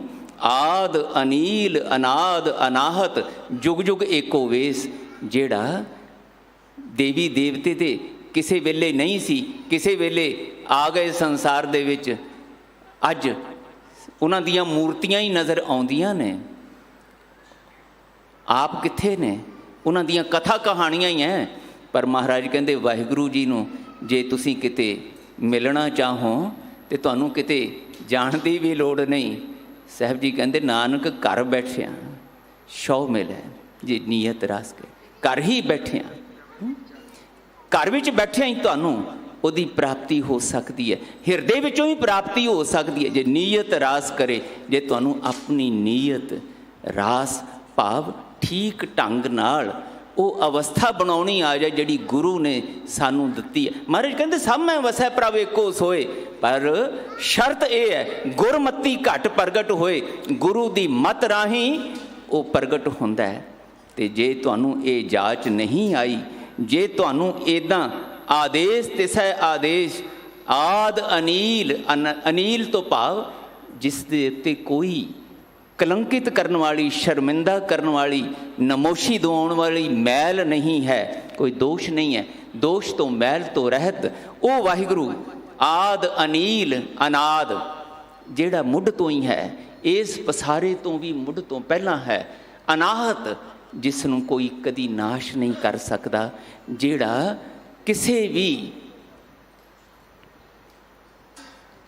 ਤਰੀਕੇ ਨਾਲ, ਜਿਸ ਦੀ ਹੋਂਦ ਨੂੰ, ਜਿਸ ਦੀ ਸ਼ਕਤੀ ਨੂੰ ਠੱਲ ਨਹੀਂ ਪਾਈ ਜਾ ਸਕਦੀ, ਖਤਮ ਨਹੀਂ ਕੀਤਾ ਜਾ ਸਕਦਾ, ਜੁਗ ਜੁਗ ਏਕੋ ਵੇਸ। ਤੇ ਇਹ ਇਸ ਤਰ੍ਹਾਂ ਦਾ ਕਰਤਾ ਪੁਰਖ ਵਾਹਿਗੁਰੂ ਸਰਬ ਸਮਰੱਥ, ਸਰਬ ਵਿਆਪਕ, ਸਰਬ ਸ਼ਕਤੀਮਾਨ, ਸਾਰਿਆਂ ਦਾ ਦਾਤਾ, ਸਾਰਿਆਂ ਦਾ ਪ੍ਰਤਪਾਲਕ, ਸਾਰਿਆਂ ਦਾ ਰੱਖਿਅਕ, ਸਾਰਿਆਂ ਦੇ ਉੱਤੇ ਮਿਹਰਾਂ ਦਾ ਮੀਂਹ ਵਰਸਾਉਣ ਵਾਲਾ, ਉਹ ਮਹਾਰਾਜ ਕਹਿੰਦੇ ਪਹਿਲਾਂ ਵੀ ਇੱਦਾਂ ਹੀ ਸੀ, ਅੱਜ ਵੀ ਇੱਦਾਂ ਦੇ ਗੁਣਾਂ ਵਾਲਾ ਹੈ, ਆਉਣ ਵਾਲੇ ਸਮੇਂ 'ਚ ਵੀ ਉਸ ਨੇ ਇਸੇ ਤਰ੍ਹਾਂ ਦਾ ਕਰਤਾ ਹਰਤਾ ਦਾਤਾ ਰੱਖਿਅਕ ਪ੍ਰਤਪਾਲਕ ਰਹਿਣਾ। ਜੁੜਨਾ ਸਿੱਖੋ ਉਸ ਦੇ ਨਾਲ, ਤੁਹਾਡੇ ਅੰਦਰ ਦੀ ਇਹ ਵਿਕਾਰੀ ਬਿਰਤੀ, ਮੈਂ ਦੀ ਬਿਰਤੀ ਮੁੱਕ ਜਾਏਗੀ ਤੇ ਤੁਸੀਂ ਆਪ ਹੀ ਆਨੰਦਿਤ ਨਹੀਂ ਹੋਵੋਗੇ, ਆਪ ਹੀ ਆਪਣੇ ਰੱਬ ਰੂਪ ਹੋਣ ਦਾ ਅਹਿਸਾਸ ਨਹੀਂ ਕਰੋਗੇ, ਬਲਕਿ ਤੁਹਾਨੂੰ ਦੂਸਰਿਆਂ ਵਿੱਚ ਵੀ, ਭਾਵੇਂ ਉਹ ਕਿਸੇ ਵੀ ਧਾਰਮਿਕ ਵਿਸ਼ਵਾਸ ਨਾਲ ਜੁੜੇ ਹੋਣ, ਕਿਸੇ ਵੀ ਤਰੀਕੇ ਨਾਲ ਇਸ ਸੰਸਾਰ ਦੇ ਵਿੱਚ ਜੀਵਨ ਜਿਉਂਦੇ ਹੋਣ, ਇੱਥੋਂ ਤੱਕ ਕਿ ਰੱਬ ਦੀ ਹੋਣ ਤੋਂ ਵੀ ਮੁਨਕਰ ਹੋਣ, ਤੁਹਾਨੂੰ ਉਹ ਵੀ ਪਿਆਰੇ ਲੱਗਣਗੇ। ਤੁਹਾਨੂੰ ਉਹਨਾਂ ਦੇ ਅੰਦਰ ਵੀ ਬੇਗਾਨਾਪਣ ਨਜ਼ਰ ਨਹੀਂ ਆਏਗਾ। ਉਹਨਾਂ ਨੂੰ ਵੀ ਤੁਸੀਂ ਇਹ ਬੇਨਤੀਆਂ ਕਰੋਗੇ, ਉਹਨਾਂ ਲਈ ਵੀ, ਸਭੇ ਜੀ ਸੰਭਾਲ ਆਪਣੀ ਮਿਹਰ ਕਰ, ਪਾਤਸ਼ਾਹ ਸਾਰਿਆਂ ਨੂੰ ਆਪਣੀ ਮਿਹਰ ਦਾ ਪਾਤਰ ਬਣਾਓ। ਪਰ ਜੇ ਇਹ ਬਿਰਤੀ ਨਹੀਂ ਆਉਂਦੀ, ਜੇ ਇਸ ਤਰ੍ਹਾਂ ਦੀ ਧਾਰਮਿਕਤਾ, ਇਸ ਤਰ੍ਹਾਂ ਦੀ ਗੁਰੂ ਦੀ ਮੱਤ ਰਾਹੀਂ ਅਧਿਆਤਮਕ ਜੀਵਨ ਦੀ ਚੇਤਨਾ ਨਹੀਂ ਆਉਂਦੀ, ਤਾਂ ਮਹਾਰਾਜ ਕਹਿੰਦੇ ਮੈਂ ਤੋਂ ਸ਼ੁਰੂ ਹੋਈ ਜ਼ਿੰਦਗੀ ਮੈਂ ਤੱਕ ਹੀ ਚਲੀ ਜਾਂ।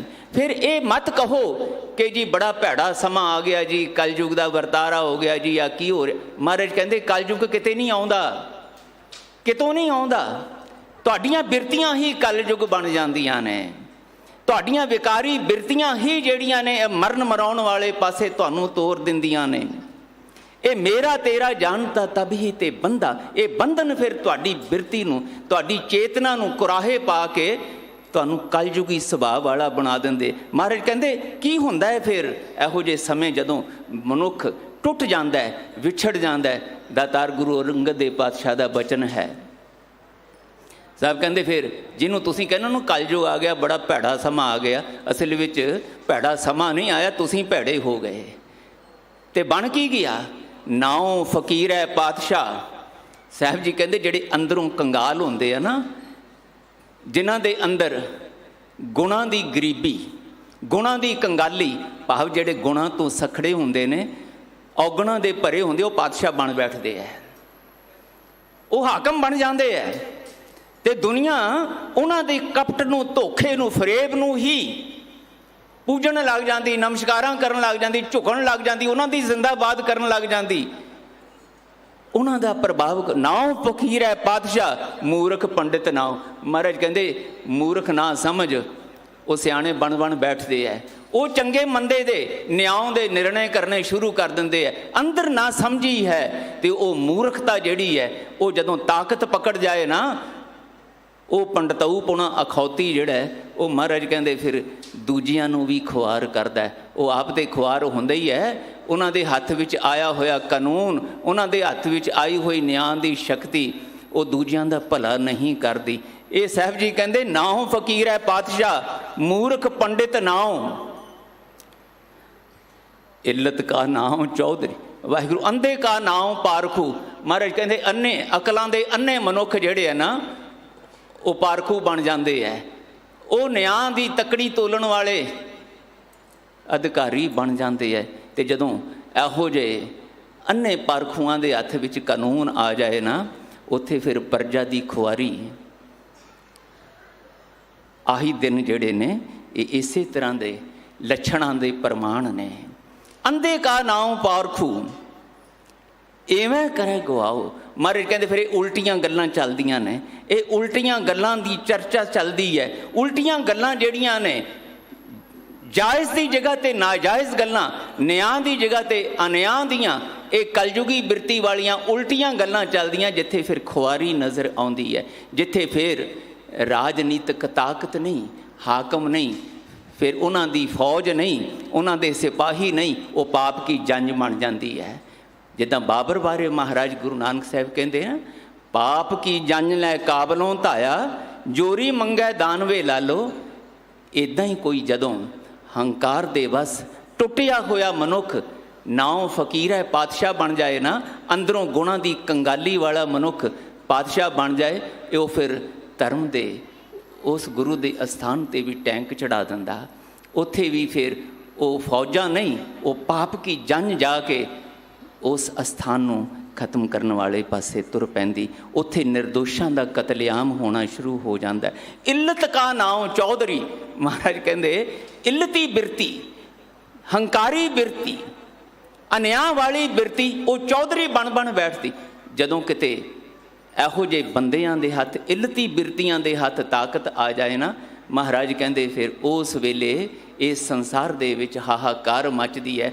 ਦਾਤਾਰ ਜੀ ਕਹਿੰਦੇ ਨਾਨਕ ਗੁਰਮੁਖ ਜਾਣੀ ਹੈ ਕੱਲ ਕਾ ਇਹ ਨਿਆਉ। ਕਲਯੁਗ ਕਿਤੇ ਹੋਰ ਨਹੀਂ, ਇਹ ਅੰਦਰ ਬਿਰਤੀਆਂ ਵਿੱਚ ਪਿਆ ਕਲਯੁਗ ਹੈ।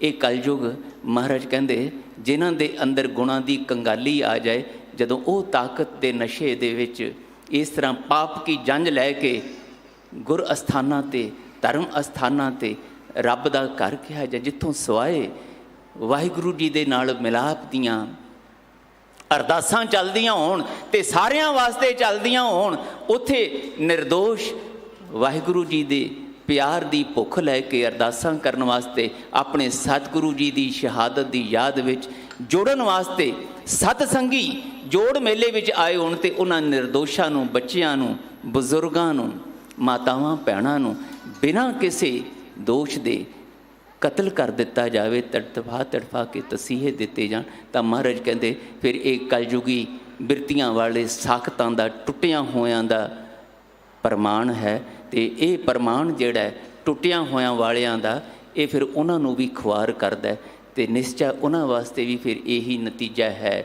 ਕਿ ਆਪ ਵੀ ਮਰਨਾ, ਦੂਜਿਆਂ ਨੂੰ ਵੀ ਮਾਰਨਾ। ਪਾਤਸ਼ਾਹ ਕਹਿੰਦੇ ਗੁਰੂ ਦਰ 'ਤੇ ਆਉਣ ਵਾਲਿਓ, ਮੈਂ ਤੁਹਾਨੂੰ ਇਸ ਦੁਨਿਆਵੀ ਕਲਯੁਗੀ ਬਿਰਤੀ ਵਿੱਚੋਂ ਨਿਕਲ ਕੇ ਇਹ ਸਤਜੁਗੀ ਬਿਰਤੀ, ਕਿਤੋਂ ਨਹੀਂ ਆਉਣਾ ਸਤਜੁਗ, ਤੁਹਾਡੀਆਂ ਬਿਰਤੀਆਂ ਨੇ ਹੀ ਸਤਜੁਗੀ ਬਣਨਾ ਹੈ। ਪਰ ਉਹਦਾ ਤਰੀਕਾ ਇੱਕੋ ਹੀ ਹੈ, ਆਦੇਸ਼ ਤਿਸੈ ਆਦੇਸ਼, ਆਦ ਅਨੀਲ ਅਨਾਦ ਅਨਾਹਤ ਜੁਗ ਜੁਗ ਏਕੋ ਵੇਸ। ਉਸੇ ਨੂੰ ਆਦੇਸ਼ ਕਰਨਾ ਸਿੱਖ ਲਓ, ਉਸੇ ਨੂੰ ਨਮਸਕਾਰ ਕਰਨੀ ਸਿੱਖ ਲਓ, ਉਹਨੂੰ ਹੀ ਪੁਕਾਰਨਾ ਸਿੱਖ ਲਓ। ਉਸੇ ਗੁਣੀ ਨਿਧਾਨ ਦੇ ਗੁਣਾਂ ਦਾ ਚੇਤਾ ਕਰਦਿਆਂ ਗੁਣ ਕਹਿ ਗੁਣੀ ਸਮਾਵਣਿਆਂ ਵਾਲੀ ਬਿਰਤੀ ਆਪਣੇ ਅੰਦਰ ਲਿਆਉਣ ਲਈ ਝੋਲੀਆਂ ਅੱਡਣੀਆਂ ਸਿੱਖ ਲਓ। ਭਾਈ ਸਾਹਿਬਾਨ ਨੂੰ ਬੇਨਤੀਆਂ ਕਰੀਏ, ਗੁਰੂ ਪਿਆਰਿਆਂ ਨੂੰ ਬੇਨਤੀਆਂ ਕਰੀਏ, ਆਪਸ ਵਿੱਚ ਹੀ ਪਤੀ ਪਤਨੀ ਆਪਣੇ ਬੱਚਿਆਂ ਨਾਲ ਮਿਲ ਬੈਠ ਕੇ ਸਤ ਸੰਗੀ ਰਿਸ਼ਤੇ ਬਣਾਈਏ, ਇਹ ਬੇਨਤੀਆਂ ਕਰੀਏ। ਪਾਤਸ਼ਾਹ ਸਾਨੂੰ ਸਤ ਸੰਗੀ ਸਾਂਝਾਂ ਬਖਸ਼ੋ, ਤਿਤ ਜਾਏ ਬਹੁ ਸਤ ਸੰਗਤੀ, ਜਿੱਥੈ ਹਰ ਕਾ ਹਰ ਨਾਮ ਬਿਲੋਈਐ। ਅਸੀਂ ਘਰਾਂ ਵਿੱਚ ਜਦੋਂ ਬੈਠੀਏ, ਉੱਥੇ ਵੀ ਸਤ ਸੰਗੀ ਰੂਪ ਵਿੱਚ ਕੁਝ ਘੜੀਆਂ, ਕੁਝ ਮਿੰਟ ਬੈਠਣ ਦਾ ਯਤਨ ਕਰੀਏ, ਜਿੱਥੇ ਹਰ ਕਾ ਹਰ ਨਾਮ ਬਿਲੋਈਐ, ਜਿੱਥੇ ਵਾਹਿਗੁਰੂ ਜੀ ਦੇ ਨਾਮ ਦੇ ਸਿਮਰਨ ਦਾ ਰੇੜਕਾ ਪਵੇ, ਉੱਥੇ ਨਾਮ ਦੀ ਚਰਚਾ ਹੋਵੇ, ਤਾਂ ਕਿ ਸਾਡੇ ਘਰ ਧਰਮਸਾਲ ਬਣ ਜਾਣ।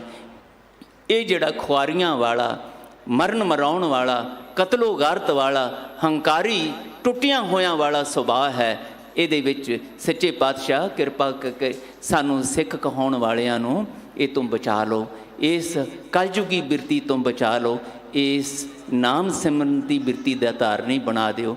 ਆਦੇਸ਼ ਕਰਦੇ ਰਹੀਏ, ਅਸੀਂ ਪਾਤਸ਼ਾਹ ਤੁਹਾਡੇ ਅੱਗੇ ਝੁਕੇ ਰਹੀਏ, ਤੁਹਾਡੇ ਹੁਕਮੀ ਬੰਦੇ ਬਣਨ ਦੀ ਜਾਚ ਸਿੱਖ ਲਈਏ। ਇਹ ਉਪਦੇਸ਼ ਜਪ ਜੀ ਦੇ ਰਾਹੀਂ ਗੁਰੂ ਨਾਨਕ ਪਾਤਸ਼ਾਹ ਨੇ ਅੱਜ ਸਾਡੀ ਝੋਲੀ ਪਾਇਆ। ਰਹਿਮਤ ਕਰਨ ਸਤਿਗੁਰੂ, ਇਹ ਗੁਰੂ ਦਰ 'ਤੇ ਆ ਕੇ ਗੁਰੂ ਦਾ ਉਪਦੇਸ਼ ਸਾਡੀਆਂ ਸੁਰਤੀਆਂ ਬਿਰਤੀਆਂ ਵਿੱਚ ਵਸੇ, ਅਤੇ ਇਹਨਾਂ ਉਪਦੇਸ਼ਾਂ ਰਾਹੀਂ ਮਨ ਬਚਨ ਕਰਮ ਕਰਕੇ ਅਸੀਂ ਆਪਣਾ, ਆਪਣੇ ਪਰਿਵਾਰਾਂ ਦਾ ਅਤੇ ਸਰਬੱਤ ਦਾ ਭਲਾ ਕਰਨ ਦੇ ਯੋਗ ਹੋ ਸਕੀਏ। ਬਹੁਤ ਬਹੁਤ ਧੰਨਵਾਦ। ਇੰਨੇ ਅੱਖਰ ਪ੍ਰਵਾਨ ਕਰਨੇ, ਪਾਤਸ਼ਾਹ ਨੇ ਕਿਰਪਾ ਕੀਤੀ। ਕੁਝ ਘੜੀਆਂ ਆਪ ਜੀ ਦੇ ਨਾਲ ਗੁਰ ਉਪਦੇਸ਼ ਦੀ ਸਤਸੰਗੀ ਸਾਂਝ ਪਾਉਣ ਦਾ ਸੁਭਾਗ ਪ੍ਰਾਪਤ ਹੋਇਆ। ਸਭ ਦਾ ਧੰਨਵਾਦ। ਗੁਰੂ ਸਾਹਿਬ ਸਾਰਿਆਂ ਨੂੰ ਆਪਣੇ ਦਰ ਘਰ ਤੋਂ ਨਾਮਦਾਨ, ਸਿੱਖੀ, ਸਿਦਕ ਅਤੇ ਅਨੰਤ ਅਨੰਤ ਮਿਲਾਪ ਵਾਲੀਆਂ ਖੁਸ਼ੀਆਂ ਦੇ ਭਾਗੀ ਬਣਾਉਣ, ਇੰਨੇ ਸ਼ਬਦ ਪ੍ਰਵਾਨ ਕਰਨੇ। ਭੁੱਲਾਂ ਚੁੱਕਾਂ ਦੀ ਖੇਮਾ ਫਤਿਹ ਬੁਲਾਓ ਜੀ। ਵਾਹਿਗੁਰੂ ਜੀ ਕਾ ਖਾਲਸਾ, ਵਾਹਿਗੁਰੂ ਜੀ ਕੀ